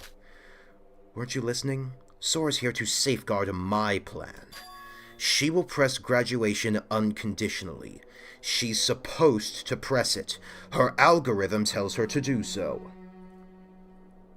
It also makes sense why Sora had failed the 5th case, since he was assisted to aid the killing game, and the planned ending for Mikado was him winning. Oh, wow. Oh, yeah. So, in other words, Sora, it's not that Sora, like, was... It's not that Sora, like... So in other words, that's the only reason she couldn't solve the case, and that's why she didn't, like, why she only looked into the tricks surrounding the case and, like, the manipulation of the crime scene, rather than, the killing itself. You could also explain... You may stretch to explain why she stopped Yoriko from immediately jumping on Mikado in the 5th trial. Not too confident on that theory. No, I think that lines up. Although, like, it is kind of more in disguise. What? Sora, you... Huh. Why are you saying that? I need to press repeat. Stop Mikado. Save Yuki. Akane Taira, what are you doing? You just pressed graduate. I did. No, I'm still myself. I'm going to save Yuki. Sora, please wake up, Sora. Excellent. 3 for graduate and 3 for repeat. It's a tie. Only 1 vote remaining. So, what are you going to choose, Yuki? Shit. Yuki, listen to me. Don't believe him. If Utsuro comes back, the entire world will be in danger. No matter what, we must stop that. I can't. What? I'm tired of this world, of everything. Why me? Why do I have to carry such a burden? Why is everything down to me? Yuki. It doesn't matter what you say. In the end, Yuki is just an ordinary boy. So Mikado is Sora's dad, real Mikado and Kokoro is AI Mikado's parents, Kokoro is Mikako's mom, and Hanzo is Mikako's adoptive dad. This family tree is messing. Oh god, yeah, I should try to plot. I should try to, like, plot that out. That is crazy to think about. His mind and spirit have already been shattered. He can no longer think rationally. You're the one who drove him to this! Sora, say something. We need to convince Yuki. Please, we need you. Alright, is that going to be the intermission? My mouth won't move. No, not just my mouth. My entire body, too. My thoughts are stopping. Yuki will choose graduate soon. The result has already been decided. Has my role in all this already ended? Family reunion. It is the most dysfunctional family ever. This might just be the most dysfunctional family in fiction. Is there nothing more I can do? I don't know. I think everything's fine. But everything feels wrong. Somehow not the messiest family tree I've seen. I mean, yeah, there's no incest as far as we know, so... Yuki. Shinji! What? Big bro. How? Shinji? But he's dead. Ghost! You don't have to burden all this. You've done your best. Don't you deserve a break? What is this? Shinji's dead. A glimpse of utopia. Oh, I knew it. It couldn't be that easy, of course. Just in case you didn't believe yourself, I thought I'd show you firsthand. What Yuki's really looking for is somebody to follow. Maybe that's why Shinji appeared before him. Big bro. I'm sorry. I'm so sorry, bro. Yuki, this isn't real. It's just fantasy. Just fantasy. But this is reality. There is no escape. From the moment you entered the Neo World program, it became your new reality. Don't give up! You already know Mikado can manipulate the virtual world, don't you? He isn't real! Why are you trying to deny reality? This is your reward. You've all been fighting so hard for a better world. To forget everything and just be happy. You could perhaps spend time with a lost friend. This actually reminds me of this reminds me of like a, granted I didn't see all of it, a scene from the Danganronpa 2 stage play where all the actors for the deceased characters come back and like do Junko's little like arms crossed pose to showcase what's really happening. Wouldn't you rather be in a reality where they're with you again? A peaceful world? Shut up, shut up! You really think that will happen? It doesn't matter what you say. The decision is all up to Yuki. Yuki, now is the time to make your decision. You don't need to apologize, Yuki. It's for the best. Yes. Thank you, big bro. No, Yuki! Come on, Sora.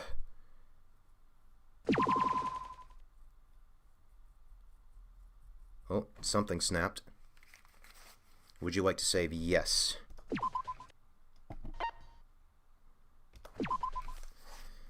Alright, how much more trial do we have left? Because if it's like... I mean, granted, I am willing to stop it here, but, well, especially since we are also behind schedule. But, like, how long did it take other people to, get to this point? Stop here? Okay. I guess if it's split about half and half, we'd be running all night. But, yeah.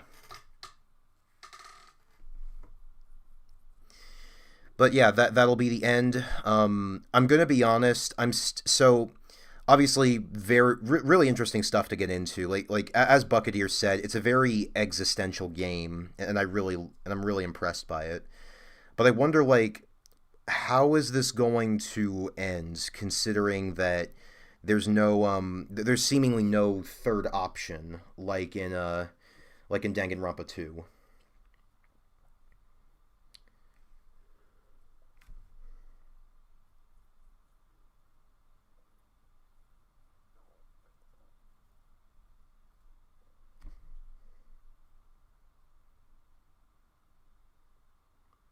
But yeah, that's really all I've got right now. I'm sorry to say I don't really have much in the way of theories to think about right now. Because, well, I mean, the stuff's getting answered already. And especially with, like, the Yuki brain reveal, I don't... Like, if there's more than this, I don't know what to say. We also haven't like hit a like point where the virtual world like breaks down to just being like binary or something like that. But I will say yes, Revolution being that Lanuge has done a great job of like making it seem that there's truly no chance, that there's truly no scenario where Mikado loses here.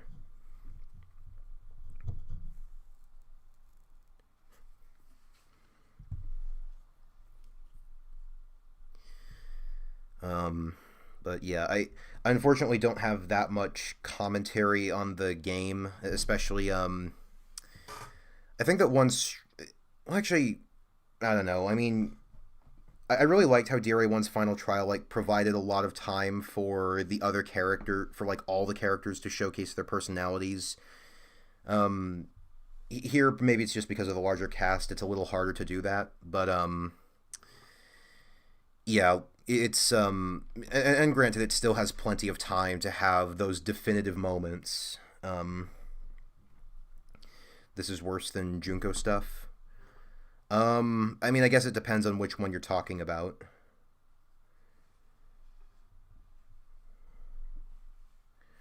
I mean, to be honest, it is sort of, some of it is like some downright. I mean, granted, we didn't see, she didn't like, as far as we know, didn't like force any of the survivors into like a body horror situation.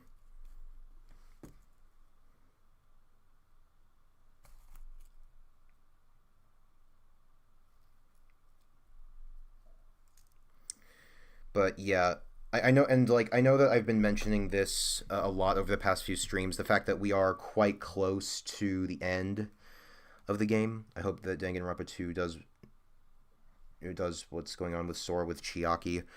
I'm not sure that they'll end up doing that. Like not because it's like, just copying, but it's yeah. I would say Sora's worse than Hajime. At least Hajime was real, but Sora isn't. Yeah, I'd agree with that.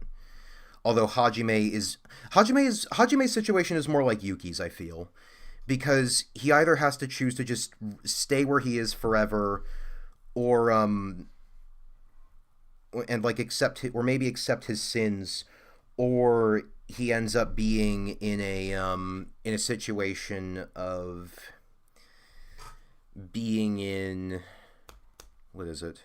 Or he ends up the Hajime that the person he was coming into the virtual world is basically taken out in favor of Izuru. I'm gonna go straight from this stream to the group DRA video. Oh yeah, I've actually fallen behind on the DRA1 videos again. But I guess I'll repeat the poem I said at the end of last episode. Now the gate has been unlatched, headstones pushed aside, corpses shift and offer room, of fate you must abide. Sora's a mix of Hajime and Shuichi's situation in my eyes. Shuichi's situation, I can understand that, but it's also important to understand that Shuichi's situation is not, we don't know the full truth of Shuichi's situation, or anyone else who survives V3, or anyone else in V3 for that matter.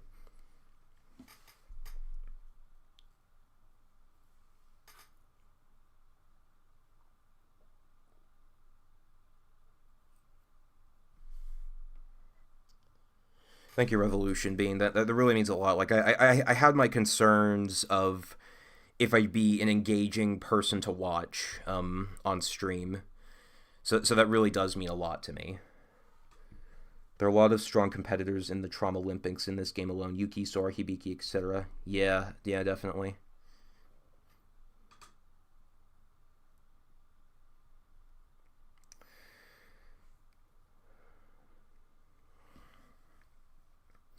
I'm not sure how high Mikado would rank in my personal rankings if I had to do one. But I can't deny that, like, he's definitely a well-realized villain. He does his purpose well. But yeah. Anyway, I do want to. Anyway, I'm not going to. I'm not going to outright say what my next plans for streams are after everything with SDRA2 is done, but I did want to ask you all, would you guys rather I just pick something right off the bat, whether that's playing Dual Destinies or the Attorney of the Arcane remaster, or do you want me to like get like an opinion poll or something going? Because at time of recording, on my community post where I discuss the potential future stream plans, there is a pinned comment on there which basically lays out which explains every single game I could have for streams that aren't a detective game or visual novel. Which, granted, those could also be relegated to being like once a week things if I ever decide to move up to 3 streams a week. I am kind of will I won't I on the Attorney of the Arcane streams. I might just end up doing those whenever. Opinion poll. Yeah. Again, like, keep in mind, it's only an opinion poll. This won't be this won't be like the actual decider of what I do. And I will say, like, I'll also say, if I do Attorney of the Arcane, I will probably try to stream more often, at least 3 times a week. Just because that is my next big project, so it is a high priority for me. Like, even above making anything about SDRA2. I am making some progress on taking notes, but at the same time, the Attorney of the Arcane streams would also help with another potential issue. Like, it would kill 2 birds with 1 stone. It would basically give me an easy well of footage to pull from. Granted, it would also be a nightmare to keep all those streams on hand for every case, but whatever. But yeah, I'll make a poll. I don't know what options I'll put on it. Especially since I definitely can't include every single game I've got. So what I might do. Well, actually, no. Okay. If the if for some reason the backlog streams end up winning, if there's like a lot of support for those, then I might try and make this into a freaking tournament or something. I probably won't, but I probably won't do that. But there are a lot of them, so. Yeah, like, actually, honestly, the backlog games, a lot of the roguelike games, there's quite a few games on there that are either short enough that doing them in a couple of weeks wouldn't matter. Make sure it isn't exhausting for you. Health matters first. Oh, no, I understand that. Like, I'm not going to do constant streaming every single time, and that's and to be honest, one thing I am glad about with, I'll be glad to have with any Ace Attorney game or Attorney of the Arcane is that I'll be able to save whenever. So that's it's definitely a good thing to know. But yeah, I think the options will most likely be Dual Destinies, Attorney of the Arcane, or Backlog Stream, and we'll just go from there. And I'll also include. And I may make a separate poll asking if there's any interest in backlog streams, and if there are, if you'd want there to be a 3rd stream per week. Thinking about it that way, I think that reserving first impression streams, or just roguelike games in general for once a week, could probably work out pretty well. I'll think of something. I'll probably talk to some of my friends about it, see what they think. Really, because again, we are as we speak recording SDRA2. It's a quite a funny playthrough so far. I have for those of you who are interested and know what my very big laughs sound like, I have a big laugh in the first episode. So, yeah. I have a question about AA here. Did you play DD already, or is it blind?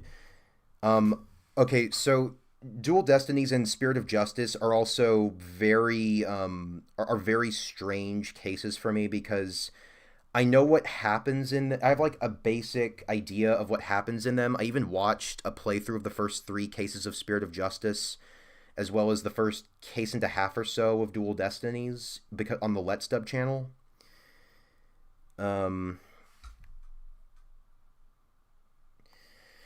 So it's it's kind of a weird case. I haven't played them though, and I haven't seen everything. And even with that in mind, it's one thing to read a synopsis of something. It's another to actually experience it. Wait, before you go, where can we see your reactions in DRA? Unfortunately, fun time. I watched Zephyrum's playthrough of DRA 1 first. But if you want to hear my commentary on it as a lapsed player, Noah's playthrough on Just Noah Here, who I've mentioned quite a few times, is a good place to look. I'm sure someone here has seen it. Any other Fangan games in the radar too? Yes, there are some. I have a list. I don't know exactly which one I'd go with first, because there's quite a few. There's also at least one that, once we finish SDRA 2 as a group, Noah, Net, Kraz, and I are planning on, I think, playing Danganronpa Live or Die, I think is the next one. So that one will probably not be streamed, unfortunately, for those of you who were hoping for that. The only fan game that's really coming to me, I guess Danganronpa Lapse is an option, because apparently that's one of the other completed ones that's earned some praise. I also really want, if I ever just want to like have a quick in and out, like don't play something like for too often, I really want to play Toontown Rampa Citizens of Distrust, because granted, I know it's probably never going to be finished, but like Toontown was like genuinely a very large part of my childhood, so it is like an important, like in the same way that, I mean, it's basically if Penguin Rampa was a full game. So I'm definitely going to play Toontown Rampa just to see like what it's like, because it seemed to have like some interesting bits to it. Like it integrated the aesthetics of Toontown quite a bit into the killing game, which in my opinion is something that I think any crossover fangan should strive to do. In fact, I could probably make it an entire video about how fangans like Penguin Rampa and Toontown Rampa, like and others like them, are great guides for how to write crossover fangans, in the sense that of making them distinctly have their own identity. Also, one thing before I go, you should check out Inanimate Rampa. I actually have seen Inanimate Rampa. I think the one that SHSL Blaze had reacted to. Speaking of Noah, did you guys play / watch Chapter 6.5 before going into SDRA 2? Yes, we did. Right, fun time. I did watch Inanimate Rampa. I'm sorry to say I wasn't really that impressed with it. I know that's probably really mean to say, but yeah, it has its moments. I definitely like, I mean, it has moments, certainly. I did like some of the stuff that was, I did like some of the perspective changes, some of the stuff that was done with that. I also liked how all the survivors end up with some sort of notable injury on them. But it kind of feels like it was, I mean, granted, it's probably the kind of thing that most of us would write as our very first project without too much thought, without like going into as much absurd detail as to what's happening. So, like, I can at least, I at least respect that, you know, it exists. It's just, I feel like that more could have been, you know, I feel like it could have been more. It was kind of it's also quite a short one. But yeah, sorry to rain in your parade there. And if the creator of Inanimate Rampa is watching, I do apologize. Like, I don't mean to be, I don't want to be like mean. Like, I certainly think that the fact that the effort, I do think that the effort gone through to like create something that helps you at least learn something and develop your skills is worth the effort. And if that's the case with Inanimate Rampa, then I think its creation and any time the creator spent with it is worth it. But that's what I think. It's easy for me to say because I'm an aspiring writer, even if I haven't written that much lately. But yeah. There's Danganronpa Desperate Heart, which is finished and has a sequel. Well, I mean, it's not questionable in that it's problematic. It's more so like there is so much worse. You like Inanimate Rampa is not the bottom of the barrel in terms of fangan writing. Not from what I remember anyway. Like there is so much worse you could do. But yeah, it's more its problem is that the writing is just kind of weak at times. Not that it's not like offensively bad, and I'd rather take weak bad to over offensively bad. Desperate Heart. I have not heard of that one. I'll have to keep that in mind. And of course, there's also the fact that there's also Kumatante, which that I don't like. I would like to cover Kumatante on release. I don't know what the deal is going to be on that one. I don't know how long that's going to take, but I will definitely try to make room for it. Tetro, unfortunately, I probably am not going to be watching in the near future just because of all that's happened. I mean, I've even had a friend that advised I not watch it just because of all the conflicting feelings. What about Redemption Rampa? Did you see it? Yes, I did. It's fine. I'm sorry. I know that it's one that people really like. I know that Detective Nyes, back when they were Eris Akamatsu, deleted their video about it, but I think that I think their points, despite them feeling that they were overly critical, I think they were valid, at least. But I mean, at the very least, it did have a very interesting concept, one that I think that works I mean, as they say in that video, is one that could be a good idea for aspiring fangang creators to try as their first one. Eden's Garden, I really want to, I do want to get into at some point, but I'd rather wait until more of it's done. Because it sounds like Eden's Garden, I'd rather wait until more of it's out. I know, because I am so interested in it, or at least until they have more of a rhythm going. And then Your Turn to Die, my friend Wizzo actually got it for me, believe it or not. Hi, Wizzo. But I don't know when I'm going to get into it because I have a lot more going on first, and it is still unfinished. So as long as I've got stuff that's actually done, then the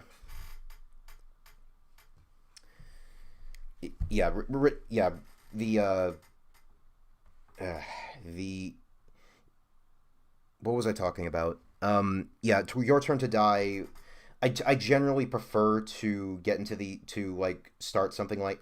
I generally prefer to start on something like this when I can at least rely on it being ended, and which I do realize is a very tall order coming from most fangang creators. But yeah, that's just how I am. Whether it's due to my time inefficiencies or just because or because I can expect actually adulting to to demand a lot of me, it means I have to be selective. I actually don't like Redemption Rampa. Eris had good points despite their personality. Yeah, to be honest, I agree with both points. I kind of find Eris's. Granted, I haven't seen. Granted, I've only seen a few of their videos, but I don't particularly like. Honestly, I don't know. I think maybe I'm just being this is me just trying to to please everyone, but I often don't like when I don't really like how abrasive they came across in their videos. But I can, if you feel passionate about a subject, obviously that's going to come out in some way, and I'm certainly not above moments like that. I certainly feel like I'd have I feel like I'd certainly have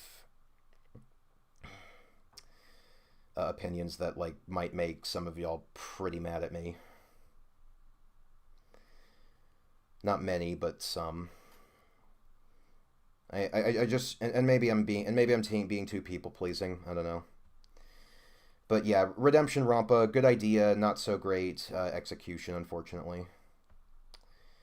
I feel like I really think that just with the characters chosen, there there were just some really clear cut picks that should have been gone forward with. Also the master. Also, is it just me, or did Redemption Rampa's mastermind just come straight out of nowhere? Like, I understand that there was like a technically some foreshadowing in with who it was, but it doesn't really. It doesn't really. It doesn't really. It's just not impactful. Like, okay, it's them. So what? What pissed me the most is a lot of characters were flanderized or just assassinated. Uh, I don't remember enough about Redemption Rampa to say that definitively one way or another. I know that Kiyotaka's thing in Chapter 1 was pretty bad. I still don't understand like why Chapter 1's murder even happened. Like, granted, it's been like it has been a while, but I genuinely don't get why it happened at all. Like, it's so strange to me. There was foreshadowing in Chapter 1, but only there. Yeah, and it's also the kind of thing that... And also, to add to that, it's foreshadowing that would only work on a rewatch. You're not going to be able to figure it out from that alone. And speaking of, that is something that I think that Danganronpa does a little bit better. Honestly, like, Danganronpa is, like, Danganronpa is kind of like... I guess Danganronpa for me is like the Disventure Camp Beta Season 2 of Fangans, in that you can definitely see the issues with it, but it's also really charming and actually has, like, some genuine good in there. Like, I will still stand... Like, granted, it's been a while, I don't know how I'd react nowadays, but I still think that Danganronpa, whether it intended to or not, ends up creating a genuinely interesting final villain, and also a genuinely interesting, like, final scenario.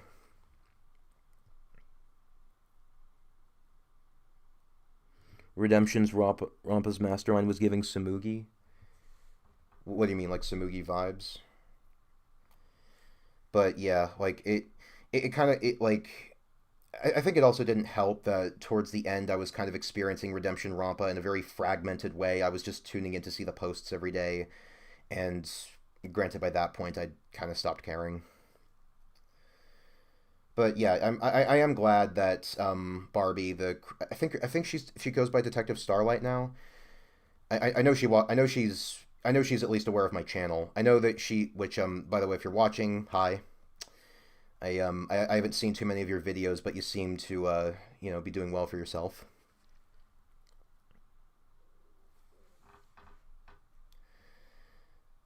But yeah, it's you live and you learn.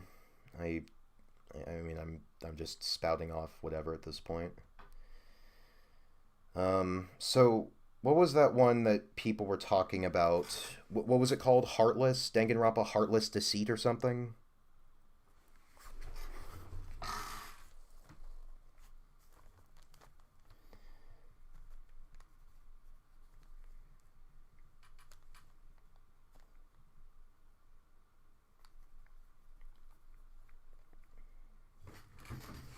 Yeah. I don't think I have anything else left to say, so I'm going to leave it there. I think we've been chatting just back and forth for like 20 minutes. Actually, now that I think about it, um, the now that since I brought up Inanimate Rampa and Danganron, I think by bringing those up, I've mentioned every single fangan that I've watched or played prior. Well, actually, no, not played because I watched everything. I've brought up every fangan that I've watched in its entirety prior to starting the Corlinium Scabbard channel. Isn't that interesting? And you know what? While I'm at it, I think I'll include another little tidbit. I don't know if you guys so about Danganron, I don't know if anyone has genuinely wondered about this, but originally, like, the order of the first videos I made about all the fangans, the order was decided pretty well ahead of time.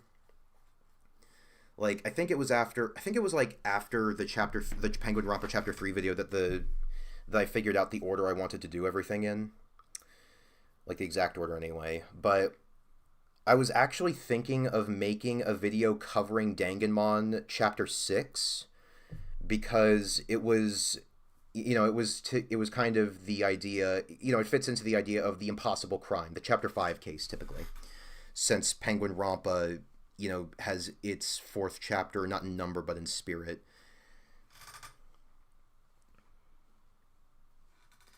I'm still betting that Corlinium is an AI who took over the real one. So when did that happen, Funtime? When did I get taken over by an AI? But yeah, originally I was thinking about making a Danganronpa chapter 6 video, but I ultimately discarded. But it ultimately, there's no draft of it. It never got past. It never even got to it never got past the ideas phase, because it's for a few reasons. First of all, I didn't really think I'd have enough to say about Danganronpa, because it is more of a lighter. It is generally sparser in terms of content.